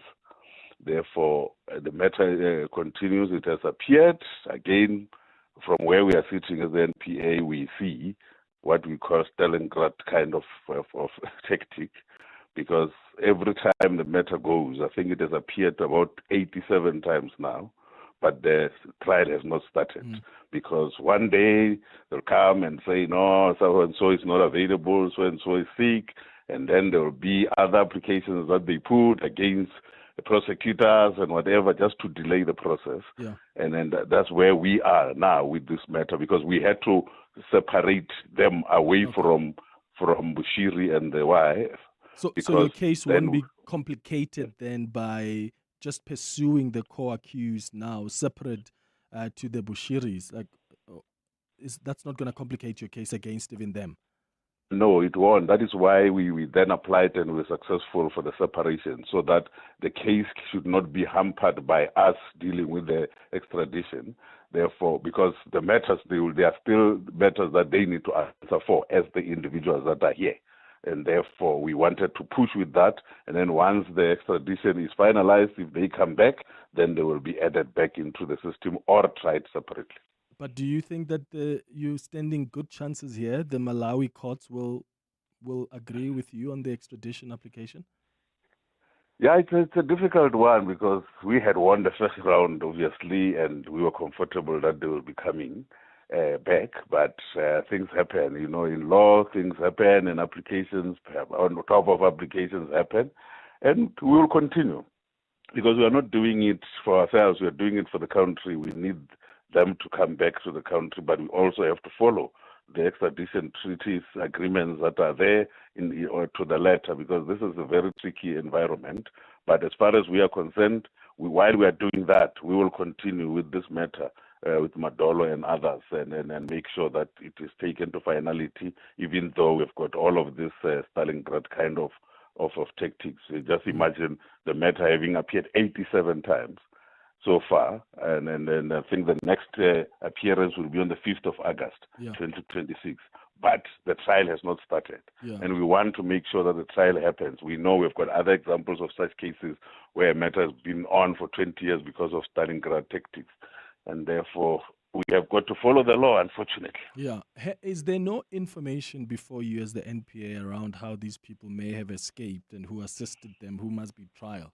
I mean, this has really left this country embarrassed, as you can imagine, Mr. Khanyago. The fact that 6 years later, none of our law enforcement agencies can even tell us how these people escaped is quite embarrassing for us. No, it is embarrassing, but obviously it is not in our terrain to be investigating in principle all of those details. It's in another law enforcement agency. Therefore, the police will have to understand all of that. Our worry is to make sure that the person comes back and stand trial for whatever he needs to stand trial for, because that is what matters to us, and that's why we are only involved in the extradition part, because we need that person, those two people, to come back and face their trial, but also make sure that the ones that are before the courts are also available every time they need to appear, and make sure that we take this matter to finality. All right. Kaiser Khanyago, spokesperson for the NPA, and Khomutsa Modisa, our EWN reporter. Let me thank you, both of you, for making time for us. After the break, I'm going to come to your calls and WhatsApps, 011-883-0702. What are your reflections? So when you think about the Bushiris who left 6 years ago, what are you thinking? Or maybe you actually know how they left and you want to tell us that. I remember there was a report there was a journalist who reported, the former journalist, man, from the Sunday Times, who reported in the Sunday Independent about the Bushiris having left with the president of Bushiri and how they literally reconstructed their faces. And I know it sounds wild, the story. It sounds wild. But there was a report about how they left the country and their faces were reconstructed. So there was a lot of makeup involved. They made them look like other people, which means then you have to print fake passports. Because how could they have left the country? How did they go through immigration? And that's what the Sunday Independent, back in the day, I think probably a few months after they escaped, that's what they reported. And other people thought, no, that's just a conspiracy theory. Also, what do you expect when government is not saying anything?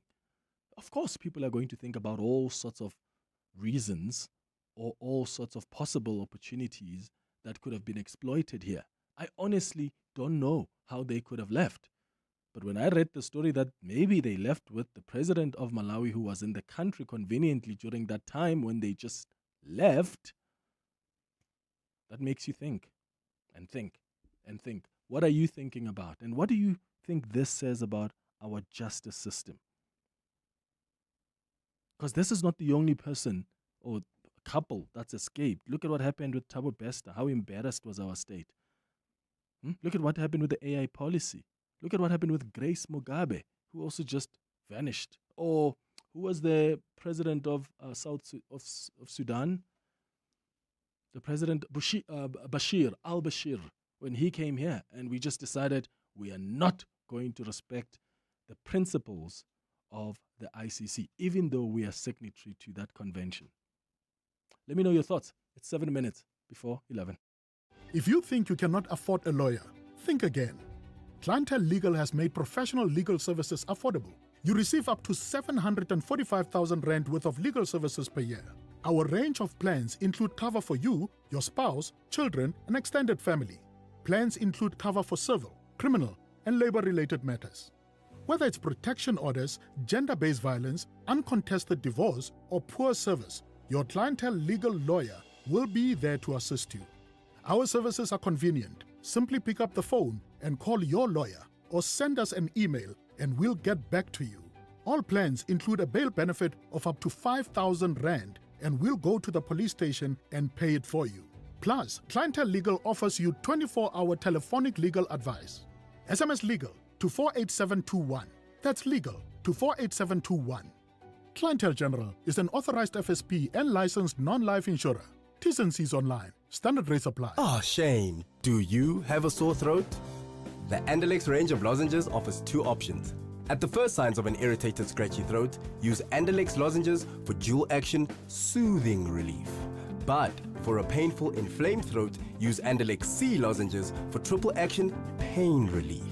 Andalex, SA's #1 choice for a sore mouth and throat.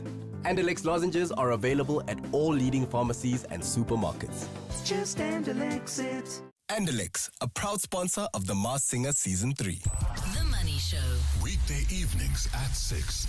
An important comment this week, I thought, from the chair at Eskom, Mteto Nyati. He says many people in South Africa's elite believe the rules don't apply to them. We're starting to see organizations like BUSA, like BLSA, who have been quite vocal about interference of boards and are now actually doing exactly the same thing and asking for political interference when it comes to organizations like Eskom. And that concerns me.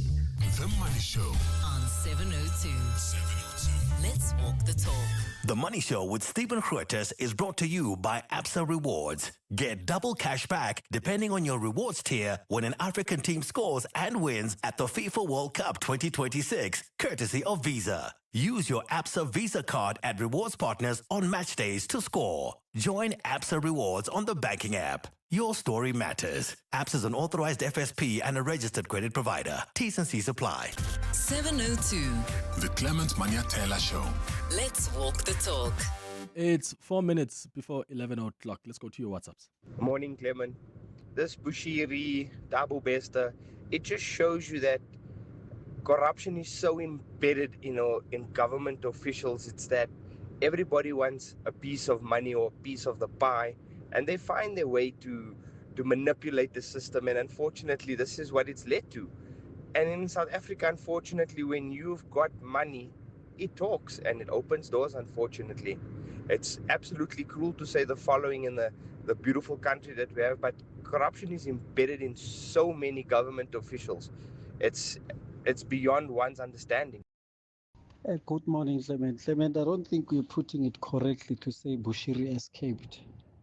Just like the Guptas, they were left to leave, these people, because they knew that they're going to implicate serious people when they're here in South Africa. The Guptas were going to implicate more ANC members. Imagine if they were taken through the processes. They were going to implicate so many of the ANC who will be left with nothing. So to say they escaped, no, they left. They didn't escape. They left. They were let go. At the pretense of them running away. They didn't run away. Their route was paved for them. Just like the guy, the Zamazama kingpin. Are we saying he has escaped? He didn't escape. So we must put it clearly. We cannot be fooled by politicians here and mafias here in this country to say people have escaped while they didn't escape. Cindy. Good morning. Good morning, Clement. Good morning, 702 listeners. Hi, Clement. You can forget Bushiri, Guptas. They are never, ever coming back. They can forget. There's no way that they're going to come back. And mark my words, we'll talk about this again and again and again. Guptas, Bushiri, I enjoy your life, guys. You're not coming back. Thank you, Sebastian, Eldorado Park. Good morning, Clement. This is Mnadisi here. On the Bushiris, I mean, I have a theory of how they left, and I don't think it involved them changing their faces. I think they left through the Beitbridge border. I mean, if you've ever been to that border, it's so porous that cars are actually pulled by donkeys across a river. So how hard can it be for two people to get out? I mean, we've seen not only pictures and videos, people have been arrested. A whole car crossing that river. You know, donkey drawn. So it wouldn't be hard for Bushiri, without changing his face, to just sit in one of those cars and get across. On Sunday, 26 July, the entire city unites for the 702 Josie My Josie Walk the Talk. And because Joburg is more than just a city, we'll be walking for the people. So join us and help make a difference to homelessness in the city by entering on primemediaplus.com and donating vouchers. Donate a voucher. Which is a cashless way to give, helping people experiencing homelessness access a hot shower, a meal, a bed, or more support. Anybody can join and everybody can donate. 702 Josie My Josie Walk the Talk, hosted by the City of Johannesburg. Enter and donate now on primemediaplus.com. Hi, this is Michael Owen, Hollywood Bets brand ambassador. Being a champion, I know the best performances come from making the right decisions on and off the pitch. Enjoy the game, enjoy the excitement, but play responsibly. Gambling responsibly is about staying in control so you can enjoy it your way. If you or someone you know needs support, help is always available. Call the South African Responsible Gambling toll-free counselling line on 0800 006 008 or WhatsApp help to 076 675 0710. Lace up your techies and join Proudly South African at this year's 702 Josie My Josie Walk the Talk. While you are soaking up the G's, swing past their activation to cool down. Say how's it to your favorite mascot Lolo Warona and celebrate 25 years of choosing local, because every time you buy something that's loved here, made here, you're backing local businesses, supporting jobs and helping South Africa grow. Proudly South African, 25 years of choosing local together. This is EWN. Good morning, I'm Sfiso Zulu. Evidence leaders at the Madlanga Commission have called for an investigation into whether crime intelligence top cop Feroz Khan was involved in the break-in of a journalist's house. The commission is today continuing to read into record its evidence against Khan in his absence. Khan is currently in hospital after being shot during an attempted hit last month. Tabiso Goba reports. In January 2021, Daily Maverick journalist Marian Tam wrote an article about COVID-19 PPE corruption in SAPS. WhatsApp chats before the Madlanga Commission show Crime Intelligence Deputy Head Feroz Khan was not happy with the article. In a message sent to one of his friends, Khan says a counter should be activated on the journalist. 2 months later, the journalist's house was broken into with both her laptops stolen. Evidence leader Adila Hassim can't conclusively show that it was linked to the WhatsApp exchange, but the sequence is alarming, and I raise it because it requires further investigation. It can't just be a coincidence in my mind, which is why I think it needs to be referred. Hassim says there's a pattern of Khan abusing crime intelligence resources for his own personal gains. Tabisokoba, Eyewitness News. Police watchdog IPID says it's finalizing arrest warrants for 2 more people linked to the alleged theft of precious stones worth 14.9 million rand in 2023. The update follows the arrest of 2 suspects over the weekend. A third person, a former Ekurhuleni Metro Police Department officer, remains at large. The suspects are accused of stealing the stones from a house in Killarney under the pretense of a police operation. The 2 suspects are expected to make their first appearance in the Johannesburg Magistrates Court. Demakatso Leshuro is there. IPID says 6 people were allegedly involved in the operation. 5 remain the focus of the investigation. A JMPD VIP Protection Unit inspector known as Witness K, the AMPD constables Keisha Lee Stolz and Adrian McKenzie, civilian Andy van der Walt, and Mkwanazi, a 6th officer whose identity has not been disclosed, is believed to have died of natural causes last year. The alleged robbery was first detailed during testimony at the Madlanga Commission by Witness K, who testified that she and Mkwanazi allegedly knew the operation was intended to be a robbery. She further alleged that after the precious stones were sold for 110,000 rand, the proceeds were divided among the group, with 88,000 rand shared between Mkwanazi, Stolz, McKenzie and Van der Walt, while she kept 22,000 rand.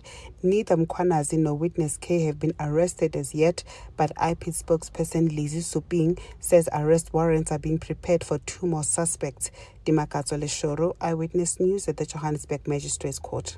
Waste collection services in most parts of Johannesburg have been disrupted after some casual workers contracted through Pick It Up's fleet ad hoc services went on a strike.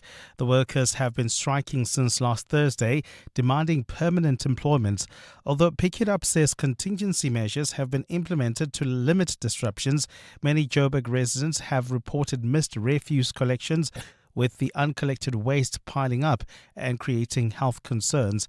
Pick It Up CFO Lithani Matsila has assured residents that teams are working to clear the backlog. We have experienced some challenges within our entity, especially on 4 depots. And those depots, as you have mentioned, one of them is Randbeck. So Randbeck depot service 4 ways, part of St. Pen as well.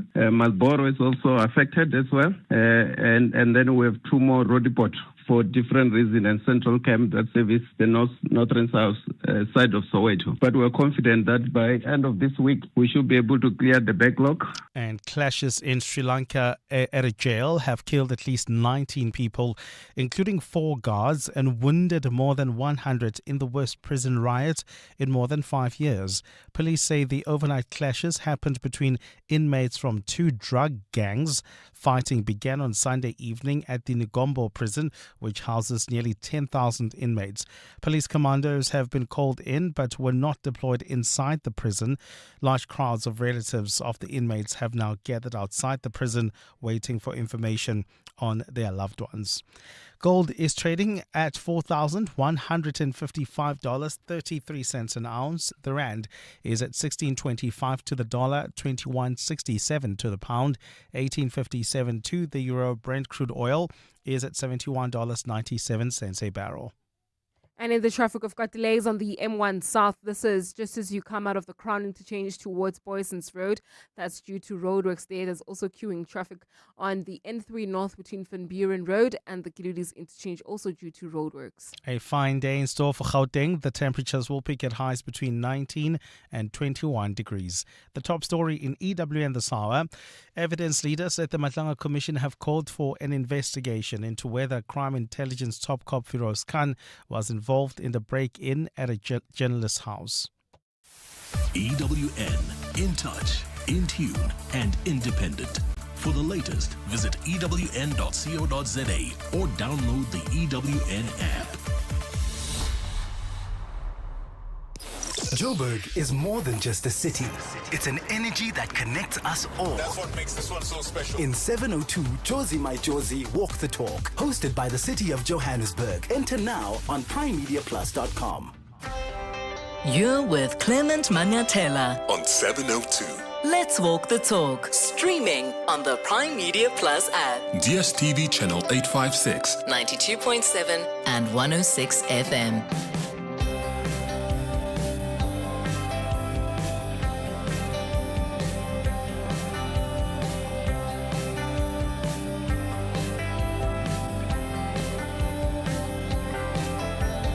7 minutes after 11 o'clock. Dumelang, Sanbonani, Bonjour, welcome. This is the third and final hour of the Clement Manyathela Show. It's time for our Family Matters feature.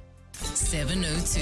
Family Matters. I want us to have a conversation on our Family Matters feature this morning that I've been thinking about a lot of late. And that's because I don't have a child yet, but I have a younger sister and I've got two nieces. And I've just been reflecting on the relationship that I have with them, and because I'm that uncle and that brother that just wants to spoil the kids, because I just love children, I guess. And I've got a relationship with my sister that sometimes worries me, because I think about, okay, what kind of a woman am I contributing towards her becoming? And are we not insulating her too much from the realities of life, right? Because I think many of us, especially firstborns, we have gone through so much and we have faced struggles to a point that we don't want our siblings to face the same struggles, so to speak. You're trying to create a world for them where they're sort of insulated from some of the realities you faced at their age. But how beneficial is that for them? And that's really the reason and the purpose of the conversation today, is to look at what we do as adults, whether as an older sibling, whether as a parent, as a grandparent, your intervention and relations with your loved one. How does it benefit them in as far as resilience is concerned? So I want us to discuss how to build resilience in children. Why should you let your child struggle just a bit and not be too privileged to a point of insulating them from the realities of life? And I want to know from you if you struggle letting your child face discomfort. Are you quick to fix their problem, or do you let them figure it out on their own? Like, what's been the hardest lesson you've had to let your child learn on their own? Because I think it's hard to see your child unhappy, right? No parent wants to see their child unhappy. Every parent wants to protect their child from any kind of pain, any kind of struggle, whether it's a playground fall, a failed exam, being left out by friends, or heartbreak. Our first instinct is often to step in and make everything better. But what if constantly rescuing our children is actually preventing them from developing the very skills that they're going to need to survive adulthood? Because you know how hectic the world can be. While no parent wants to watch their child cry or struggle, allowing them to experience, and I'm talking here about age-appropriate discomfort, allowing them to experience that may be one of the most loving things you can do as a parent. Because this helps the child feel understood and cared for while helping them build resilience and confidence. Like, your child suffers in the long run when you are always saving them from disappointment or discomfort. So by learning to sit with hard feelings, kids can develop resilience and learn to accept that life is tough sometimes. While it's not fun to face that discomfort, learning how to preserve can teach children that they are strong enough to learn from it. So when you look back, did your parents let you struggle, or did they rescue you? And I know for some people that was not even an option. You just had to struggle because that was the only path available for you. But that's not all of our experiences. There are people who come from homes where different options existed. They did. It wasn't only the struggle path. So how did that shape the adult that you've become today? Did you pick up that your parents were quite intentional about it, allowing you to face discomfort, uncomfortable situations, disappointments, or were you shielded from that? And either way, how did it benefit you or affect you as an adult? Give me a call on 011-883-0702.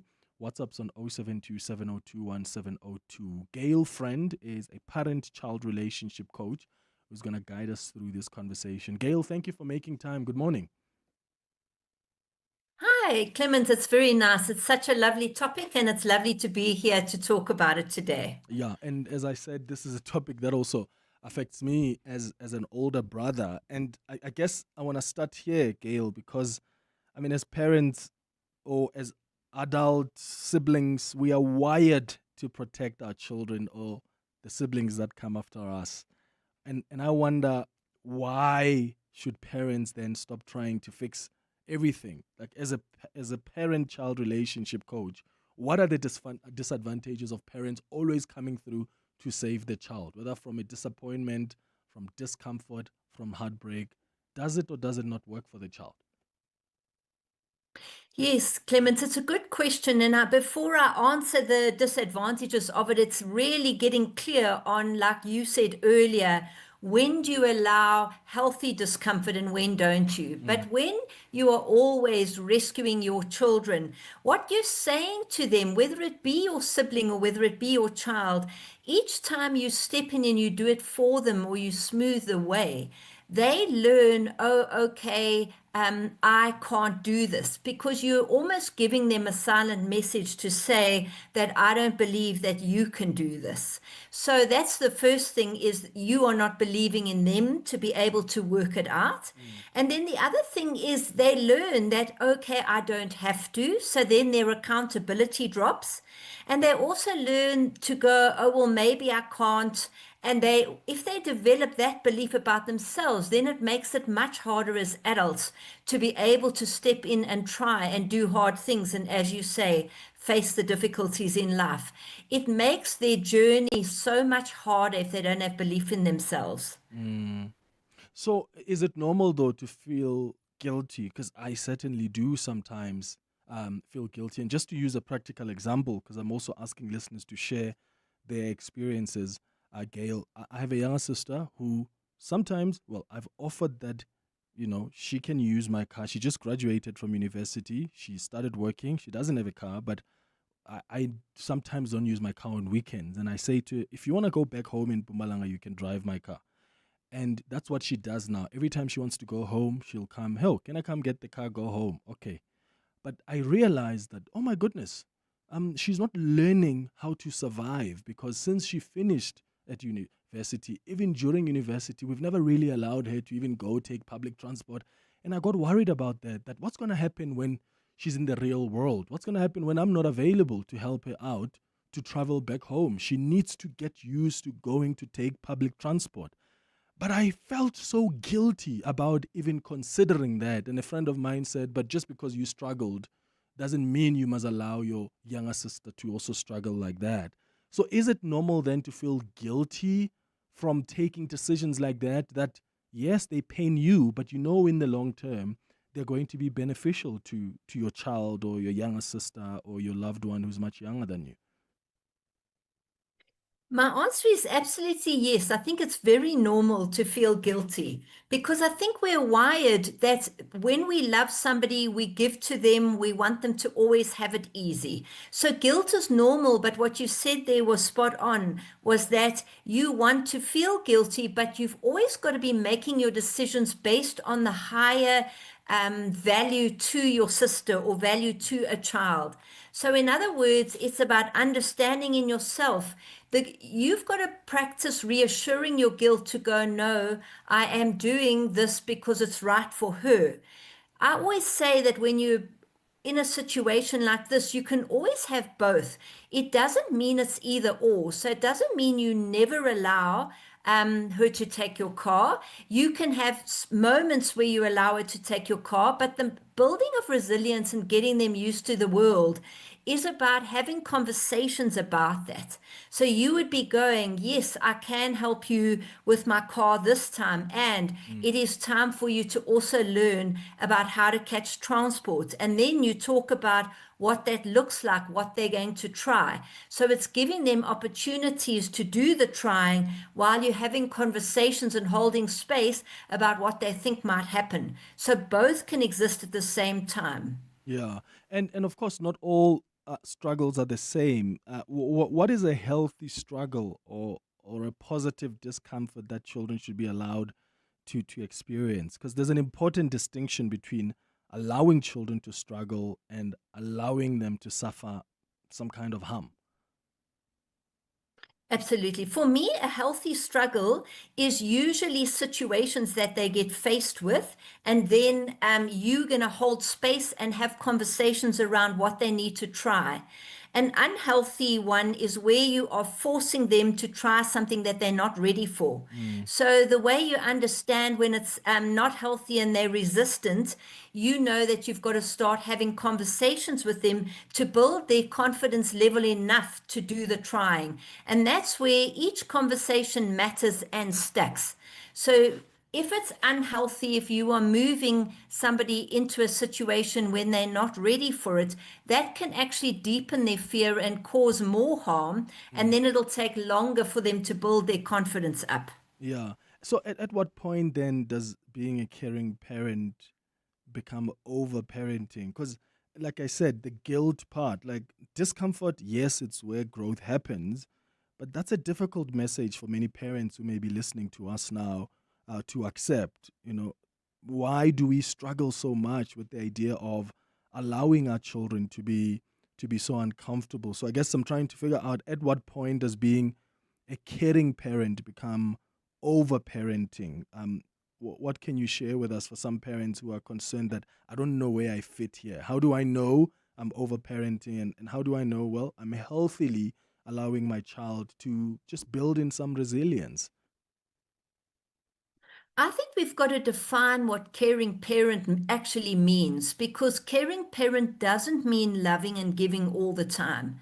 A caring parent is a parent who knows that they give love, who knows that there are certain boundaries that are necessary for their child to develop and become a healthy human being. And then there are times where you've got to allow them discomfort.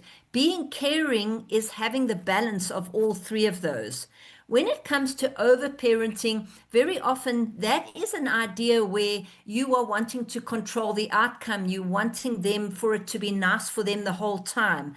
And that is where you've got to have a look at your own need in terms of, I want it to be nice. I want to feel like I'm a good parent if I just give all the time. So it's about understanding that that is your need, doesn't mean it's good for your child. So the understanding of over-parenting, if you are needing it to be nice, you know you would move it into being, into the over-parenting and not doing what's right. It's our learning how to stay with our discomfort while we hold space effectively for them to grow. Yeah. 011-883-0702. Share your experiences with us, whether as a child who has been raised in a particular way, or maybe you're a parent or an older sibling and you're helping raise the little ones at home. How are you just managing that, ensuring that they build resilience, but you're not also opening the door for them to suffer any kind of harm? Because we live in a culture that celebrates being an involved parent. So we may have unintentionally redefined good parenting as removing every obstacle from our children's lives. But if you do that, how are they learning to be resilient? How are they learning to interface with the realities of the world? Because the world is unkind to all of us. So sure, they can be shielded in your home while they're still under your care, but you're not going to be there forever. They're not going to be in your home forever. They're not going to be dependent on you forever. At some point, they need to go out into the world. You need to release them to the world. Will they be ready for it? And that's the question I'm asking you this morning on our Family Matters feature. How are you raising your children? How intentional are you? How were you raised by your own parents? Give me a call or send a WhatsApp on 072-702-1702. It's 21 after 11. Has your identity number been blocked? The Department of Home Affairs is calling on all individuals whose identity numbers were blocked before November 2022 to visit a Home Affairs office and submit representations to resolve their status. You have until 10 July 2026 to appear in person and provide the required supporting documents. Failure to respond may result in cancellation of the affected identity number following the completion of the administrative process. A blocked identity number number can affect your ability to access jobs, education, banking services, social grants, and even participate in elections. For more information, visit www.dha.gov.za. Click on Blocked IDs. The Department of Home Affairs, delivering dignity for all.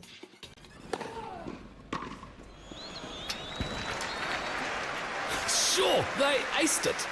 The Championships Wimbledon experience with the Mzansi Advantage is back at Amex Tennistown Monte Casino between 11 and 12 July 2026. Enjoy VIP hospitality, the ultimate big screen experience, a kids fun zone, and so much more. Buy your tickets now on Howler and get 50% off on limited tickets when you use your Amex card. Tennis is better with Amex. American Express Cards is operated under license in South Africa by Nedbank, a licensed financial services and registered credit provider. T's and C's apply.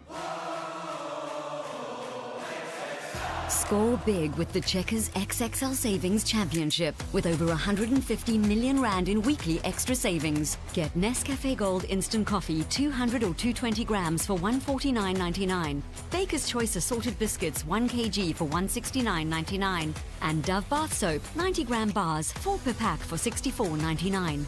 Valid until 12 July, only at Checkers. 702. Family Matters. 23 minutes after 11 o'clock. On our Family Matters feature this morning, we are talking about building resilience in children. We're discussing why it's okay for you to let your child struggle a bit and not be too privileged to a point of insulating them from the realities of life. And I want to hear your thoughts on 011-883-0702. Your WhatsApps are coming on 0727021702. Let me start with this message from Tsidi, who says, "Hi Clement, my parents shielded me a lot to the point that I think I was overprotected. What they didn't realize though is that they were actually the cause of a lot of my discomfort and struggles, and I had to deal with that on my own, and as a result I have grown to be extremely hyper independent." That's a message there from Tsidi. You see, that's how she has been affected by how her parents raised her with so much protection. Another one says, "Clement, my reasoning for shielding my daughter is that her mother passed away when she was 6 years old, and I need her to feel protected. I am her father's elder sister. She's my baby." And I hear that. And that's a message there from Ntombi, who says, "I'm trying so hard to shield the 6-year-old because she lost her mom, and I am the person that has since stepped in to assist." Here's a voice note that's also come through.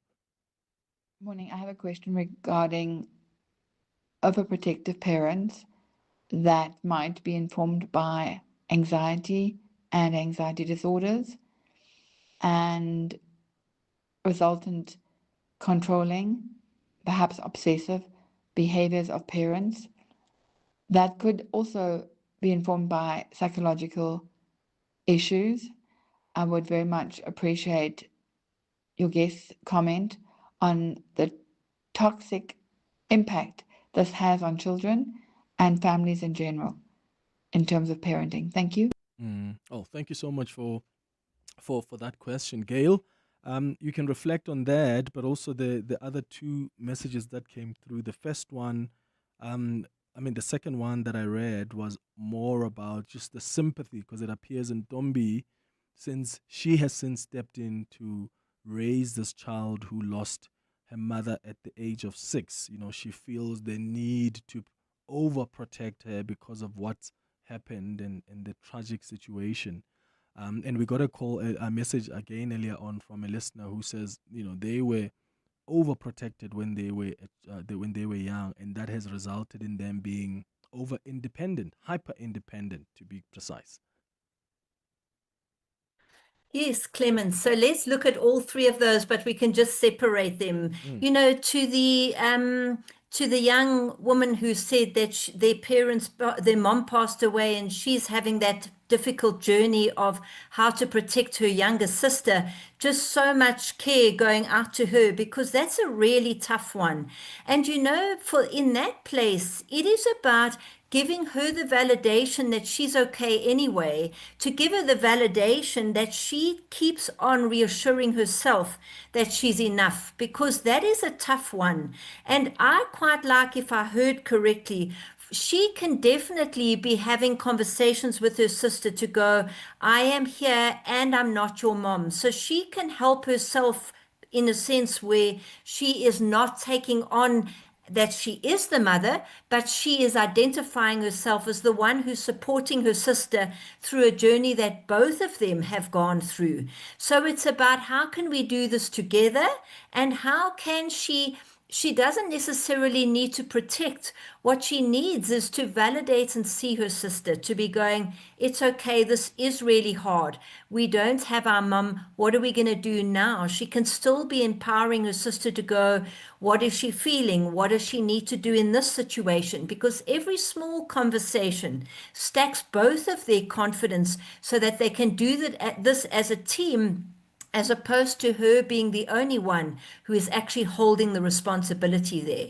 When it comes to the man who spoke about being hyper independent, I can just so hear that, because being overprotected in that sense, every time you are overprotected, you are losing the opportunity to be able to actually build your resilience. So to become hyper independent was his way of managing that upset, and to be able to then take more control. And that is now about reassuring that part, to go, I don't have to be that hyper independent. I can be okay in this moment. So it's a process of reassuring himself each and every situation, so that that part can ease, to go, I'm no longer in my childhood. Yeah. When it comes to, what do you think, Clement? No, I absolutely agree with you there. And what I want us to maybe talk more on after the latest in Eyewitness News headlines is around just what happens if that's a trauma response. Because, many children grow up hearing, I suffered so that you won't be suffering. So this mindset unintentionally could lead to parents that are overprotective, or even, unresolved childhood trauma could lead to us as parents to be overparenting our children, which is what I want us to talk more about after the latest in Eyewitness News headlines. It's 11:30. Keep your calls and your WhatsApps coming, 072-702-1702, as you share your experiences. Mbali has the latest in Eyewitness News headlines. Mbali, Firoz Khan, is he still in hospital? That's correct, Clement. A very good morning. Well, his lawyers say he has not healed from his gunshot injuries and is still unable to speak. The crime intelligence top cop is currently in hospital after being shot during a suspected attempted hit last month. The Madlanga Commission is continuing with its work in Khan's absence today by reading into the record the evidence it has against him. Waste collection services in most parts of Johannesburg have been disrupted. This after some casual workers contracted through Pick It Up's fleet ad hoc service down tools. The workers have been protesting since last week, demanding permanent employment. And former Deputy Minister of Trade Andrew Whitfield is returning to the Eastern Cape Legislature to lead the DA opposition. Whitfield, who is also the party's provincial leader, is trading places with new Deputy Minister of Higher Education Yusuf Karim, who was sworn into that position last week. Well, those are the headlines. This EWN and more at midday, or as it happens. EWN Traffic. Well, traveling on the N1 South, we've got an accident right near the Baklu interchange that's causing delays from Allendale Road. There's also queuing traffic reported along the N3 North approaching the Kilulis interchange. That's due to the roadworks that are taking place along the route, and more roadworks are still taking place on the M1 South between the Crown interchange and Boysons Road, causing heavy traffic volumes there. And that's your last traffic update from me, Amo Ramela. Stay tuned for more at the top of the hour. There's more EWN on air, online, and on the EWN app. What is special about this year's 702 Josie My Josie Walk the Talk is that it returns to where Walk the Talk all started, where we'll be walking in the inner city, celebrating the resurgence of the city of Johannesburg and celebrating the people who make it special. You should take part in this year's 702 Josie My Josie Walk the Talk because there's so much good stuff happening in the city of Johannesburg. The city is having a moment, and it's thanks to people and organizations who never stopped believing in the power and the magic of the city. So this year, I can't wait to be at the start of this momentous 702 Walk the Talk. I haven't been to Ellis Park in many, many years. So while I might not see you on the route, I'll definitely be at the beginning to see you off as you begin your journey through the inner city. To enter the 702 Josie My Josie Walk the Talk, go to primemediaplus.com and we'll see you there on the 26th of July. Smart business moves save money. So switch to Outsurance Business Insurance and you could get a massive 20% discount on your business insurance premium. And did you know Outsurance was voted News 24 Short-Term Insurer of the Year for 4 years in a row? So make the smart business move and switch to Outsurance Business Insurance today for dentistries, general medical practices, physiotherapies, and all other businesses. Visit outsurance.co.za or call 08600 60,000 today. Licensed insurer and FSP. T's and C's and information online. To walk the talk is to turn words into meaningful actions. And it's what we at 702 are committed to doing every day. We are also committed to following the rules set out by the Broadcasting Complaints Commission's Code of Conduct, to give you balanced programming, fair comments, and accurate news. But if we stumble along the way and you feel we are not living up to the code, let us know on comment@702.co.za. And if after that you're still not happy, you can direct your complaint in writing to the Broadcasting Complaints Commission. Email bccsa@nabsa.co.za. For more, visit bccsa.co.za. 702 Family Matters. It's 25 minutes before 12 o'clock and we're having a conversation that I understand could be a little uncomfortable for parents, for, adults, guardians.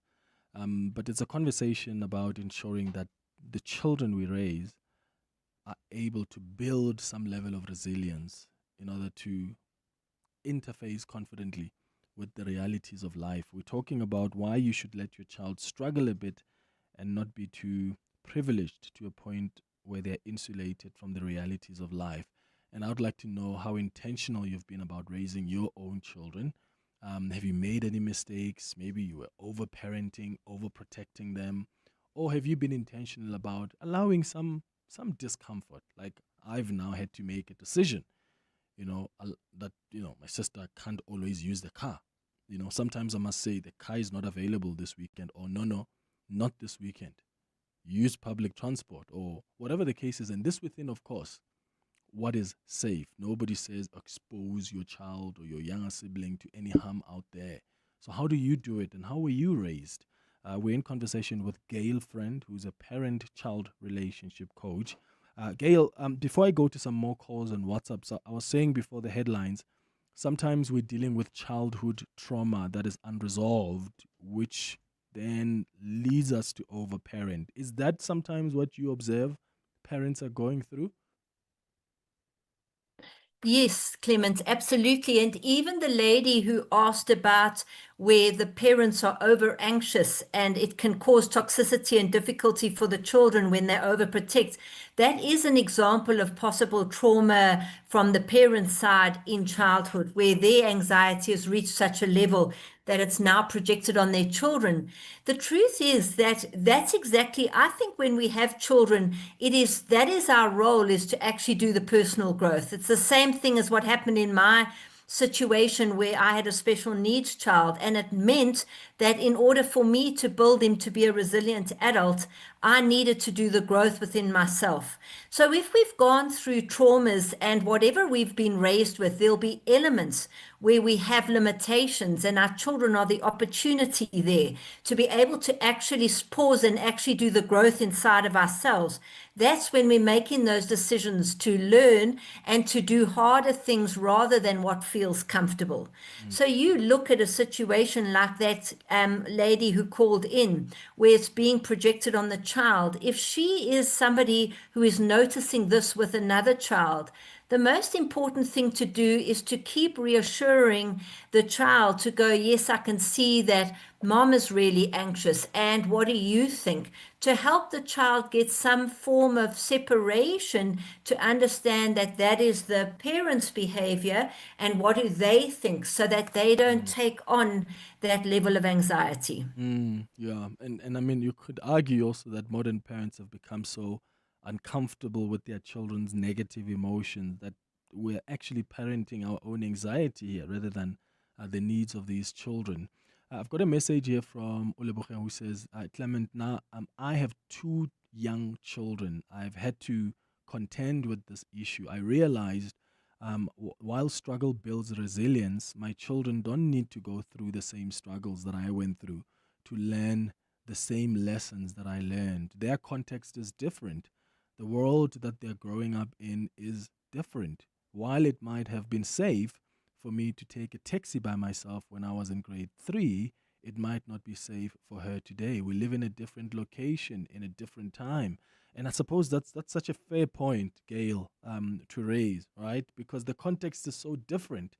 It's almost like even with Uber. Absolutely. I mean, there was a time when, we can take Uber. It's very different, of course, for women, especially in a country like ours with the context that we have around GBV. So there are so many considerations to make, and it's not as easy as, well, let them face discomfort, let them experience the bit of what you experience, but you must be able to read, where are we now? Does this time even allow or create a safe space for your child to go through that particular thing?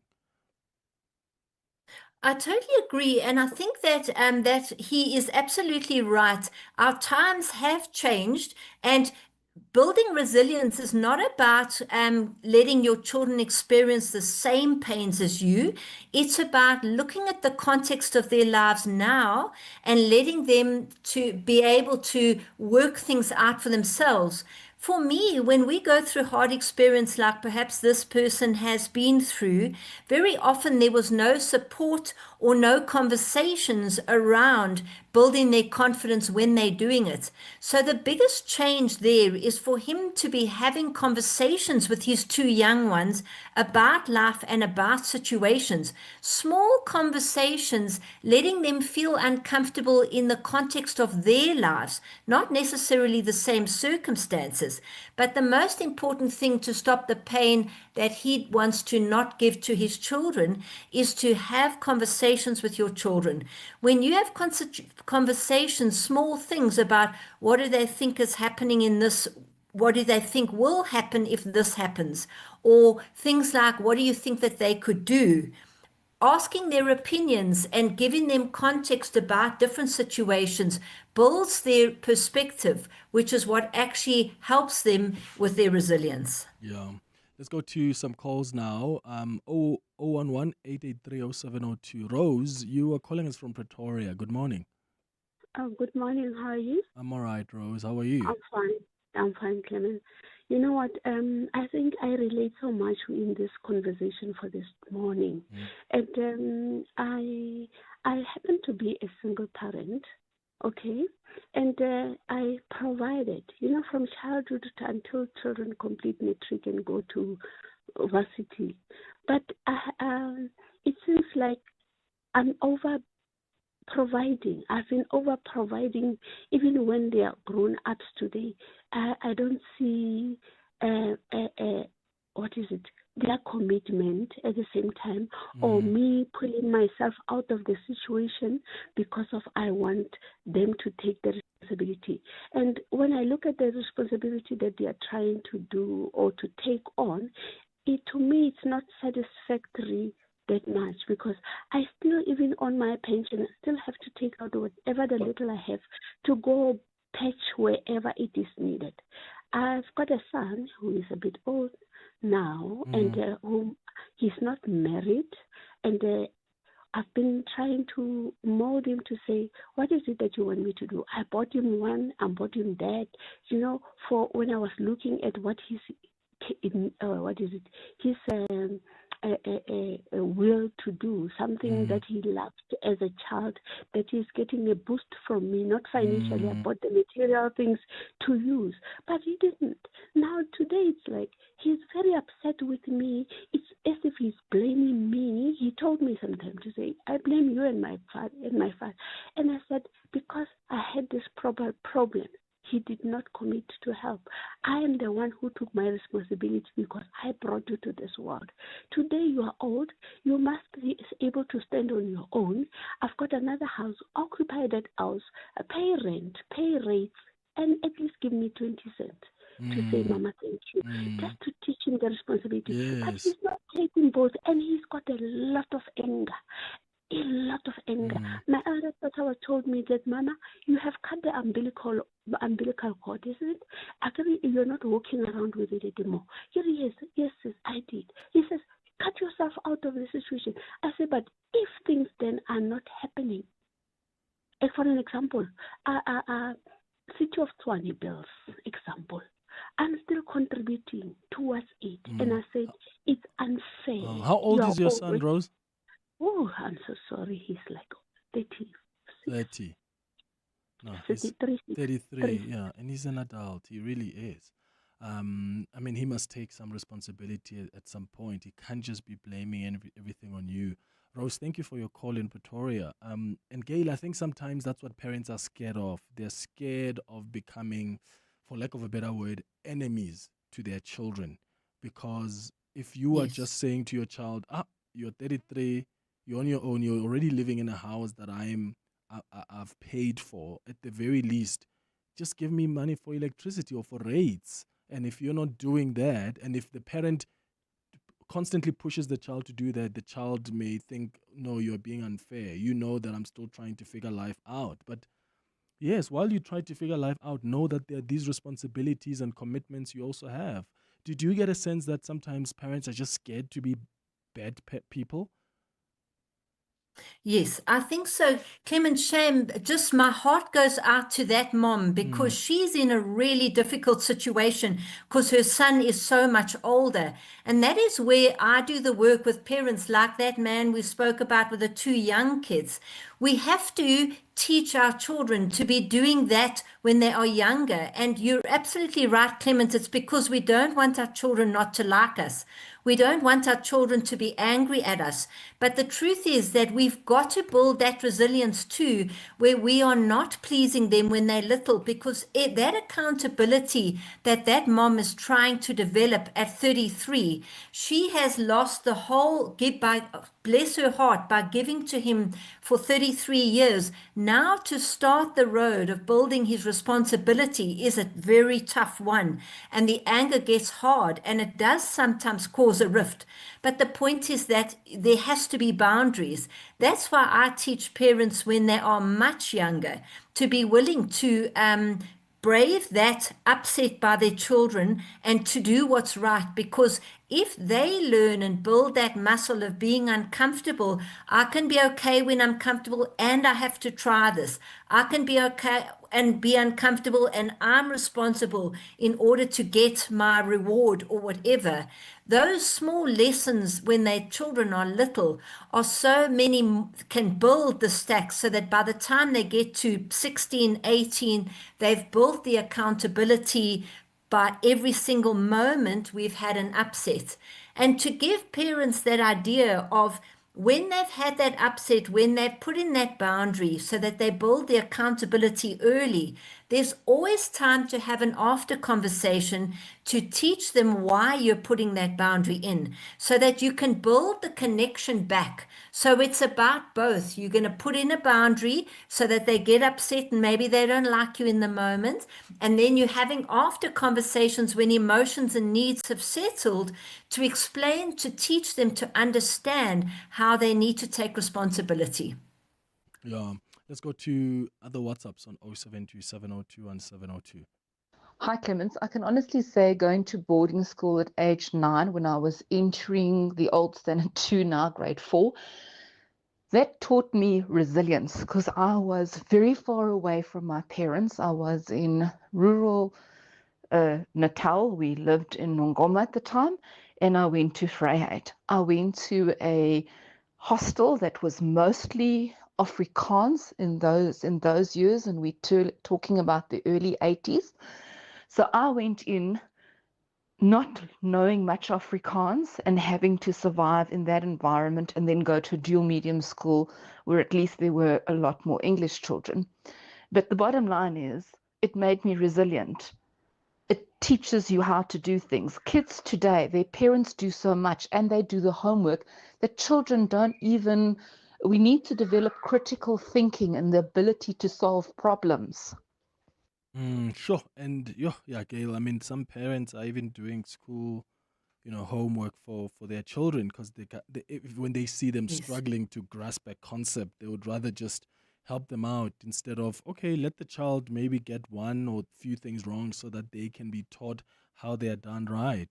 Your thoughts on that and why children need to develop that disappointment muscle, so to speak? Yes, I think parents, let's start with the parents who are doing their homework for their children, parents who are doing everything for them and wanting them to be happy or to like them. In that place, we've got to take the parent back to go, how do I actually believe I'm a good parent? It's not by what my children achieve. Whether that child has done their homework or not, grasps what they were meant to grasp or not, does not define how good they are as a parent. We've got to look at what we are doing, like, are we holding them accountable? Are we standing and explaining and giving them the support they need? It's not about the result. And I think parents need instant gratification the whole time. Like, we need the child to listen. We need our child to like us. We need our child to get a good mark at school. And that's what defines us. But that's where the separation has to happen.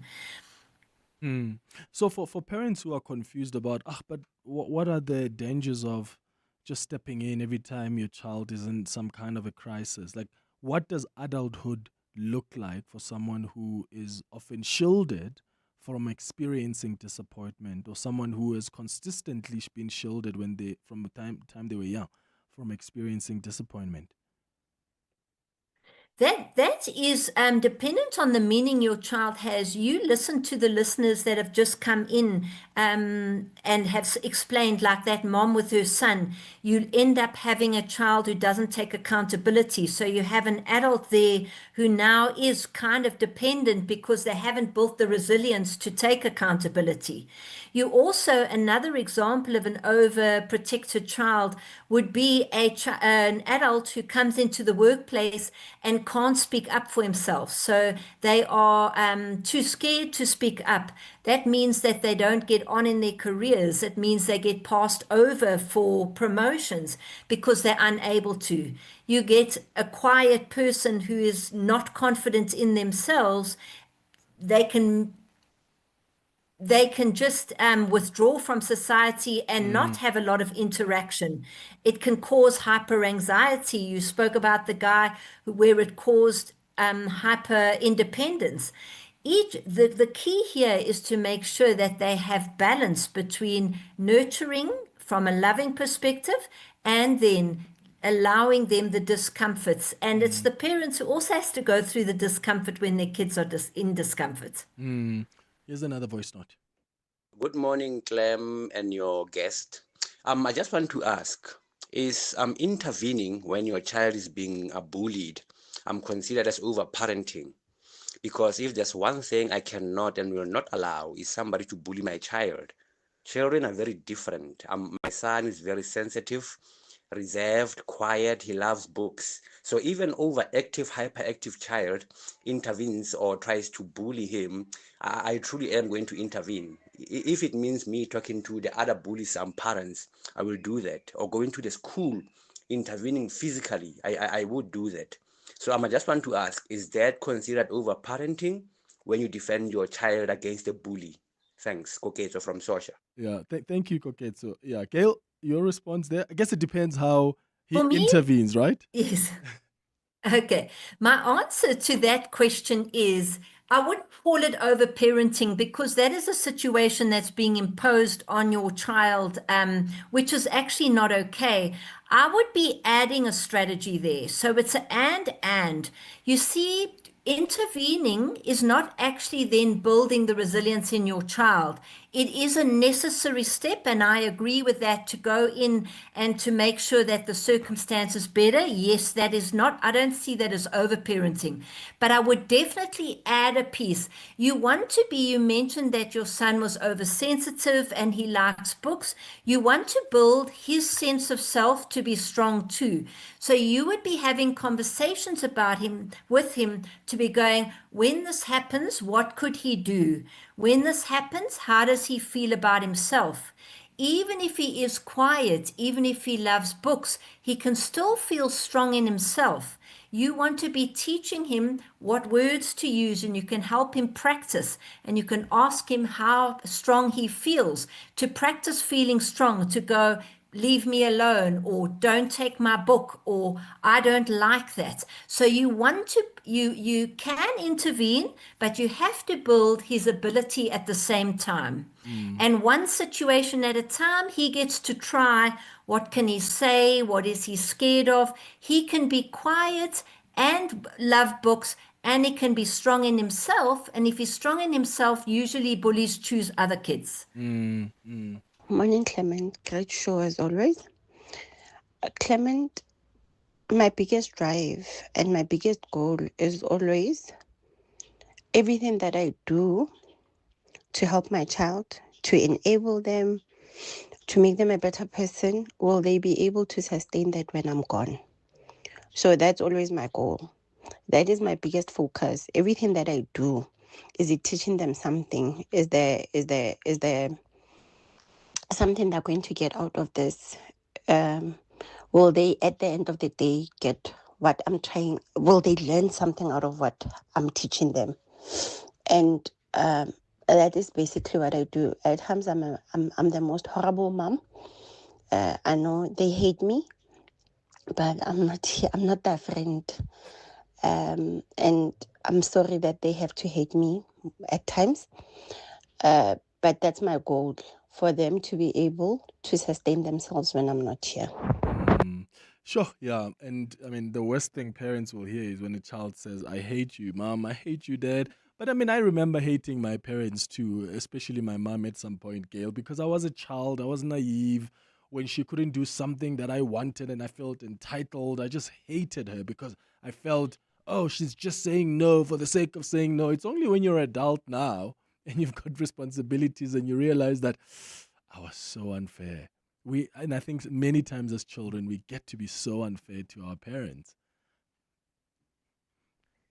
I so agree, in that place, but you just, Clement, you said exactly it. It's that children don't have the bigger picture frame of reference. Yeah. So parents have to understand that they've got to define themselves as being a good parent when they're hard and their children hate them, and when they're loving. We can't be taking it from our children's perspective in terms of whether we're good enough or not. It is about braving the hard and letting them not like us in instances because we know the bigger good. Yeah, it's part of parenting. It's like sometimes they're going to love you, sometimes they're going to hate you, but as long as you know you've got their best interest at heart. Lucky on the WhatsApp line says, morning, Clement, in helping our children to become independent and resilient, we should never deprive them of deprivation. And then another one says, hello, Clement, my son was in grade 12 last year. We had a conversation to say that her aunt is a teacher and whenever he needs help, he can call her. He never did. And whilst that hurt me a little, his answer was, Mama, I'm fine. He ended up passing quite well, but I was quite anxious right through the year. So that's a message there coming from Matabo. And just as we wrap up the conversation, Gail, any advice for parents out there who say, okay, I've had this conversation and I want to do different? How can they raise more emotionally resilient children? Where do they begin? Well, the first answer, they can follow me on my Instagram because I'm always posting tips. It's Gail _shifting perspective. But to give you a general, to to raise emotionally healthy children is to always be having small, short conversations, building their perspective around whatever they are experiencing. Always asking their opinions, validating how they feel. They're allowed to feel negative. They're allowed to feel angry. They're allowed to feel sad. Listening to those feelings and going, what could they do about it? That develops validation, allows them to feel seen. Asking a question, what could they do, develops their problem-solving mindset. Yeah, got you. Thank you so much, Gail, for speaking to us. I really, really appreciate it for guiding us through such an important conversation. It's 3 minutes before 12. Bongani Bingwa, 702 Breakfast. Weekday mornings, 6 to 9. Hi, Bongani. Great show regarding Pick It Up. The same thing happens with Joburg Water. A few weeks ago, I had a municipal drain blockage in my yard, and then they sent through a private company that does storage work and stuff like that, which, they did a great job. But while I was speaking to the guys, they charging the city 40,000 a day for the truck. Yeah, I mean, when you read that Pick It Up is flush with 2 billion rand in the bank, and yet it owes suppliers, and yet at times services aren't delivered because those suppliers haven't been paid. And then you hear about fuel shortages, and they haven't been able to procure brand new trucks since 12 years ago.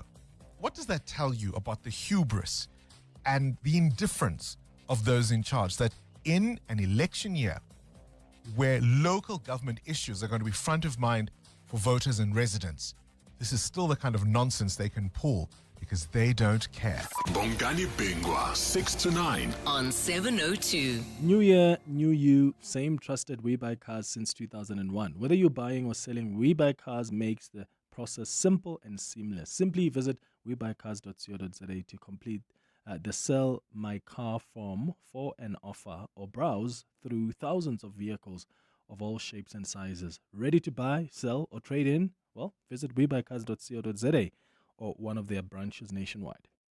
You know when your people are giving their best, not because they're pushed or pressured, but because they feel supported. And support is making sure they're covered. So if something happens, they can get the care they need.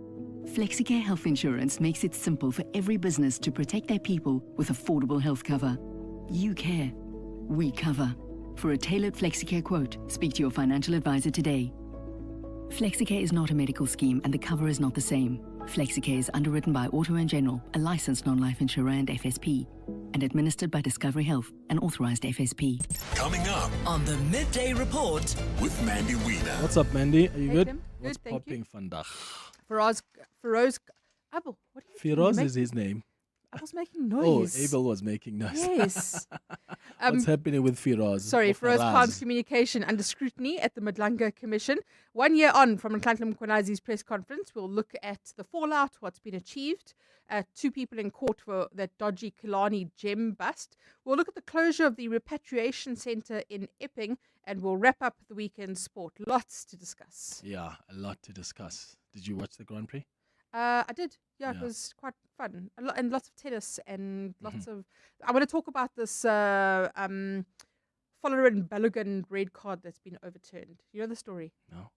U.S. President Donald Trump phoned the FIFA president, Gianni Infantino, and asked him to reconsider the suspension handed to the U.S. striker after his red card against Bosnia. And did they do that? Yes. Oh, my God.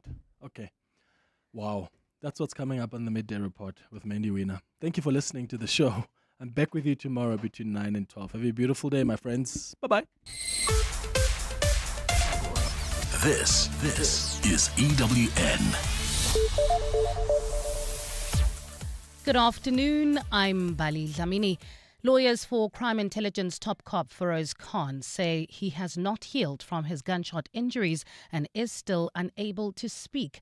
Khan is currently in hospital after being shot during a suspected attempt last month. The Madlanga Commission is continuing with its work in Khan.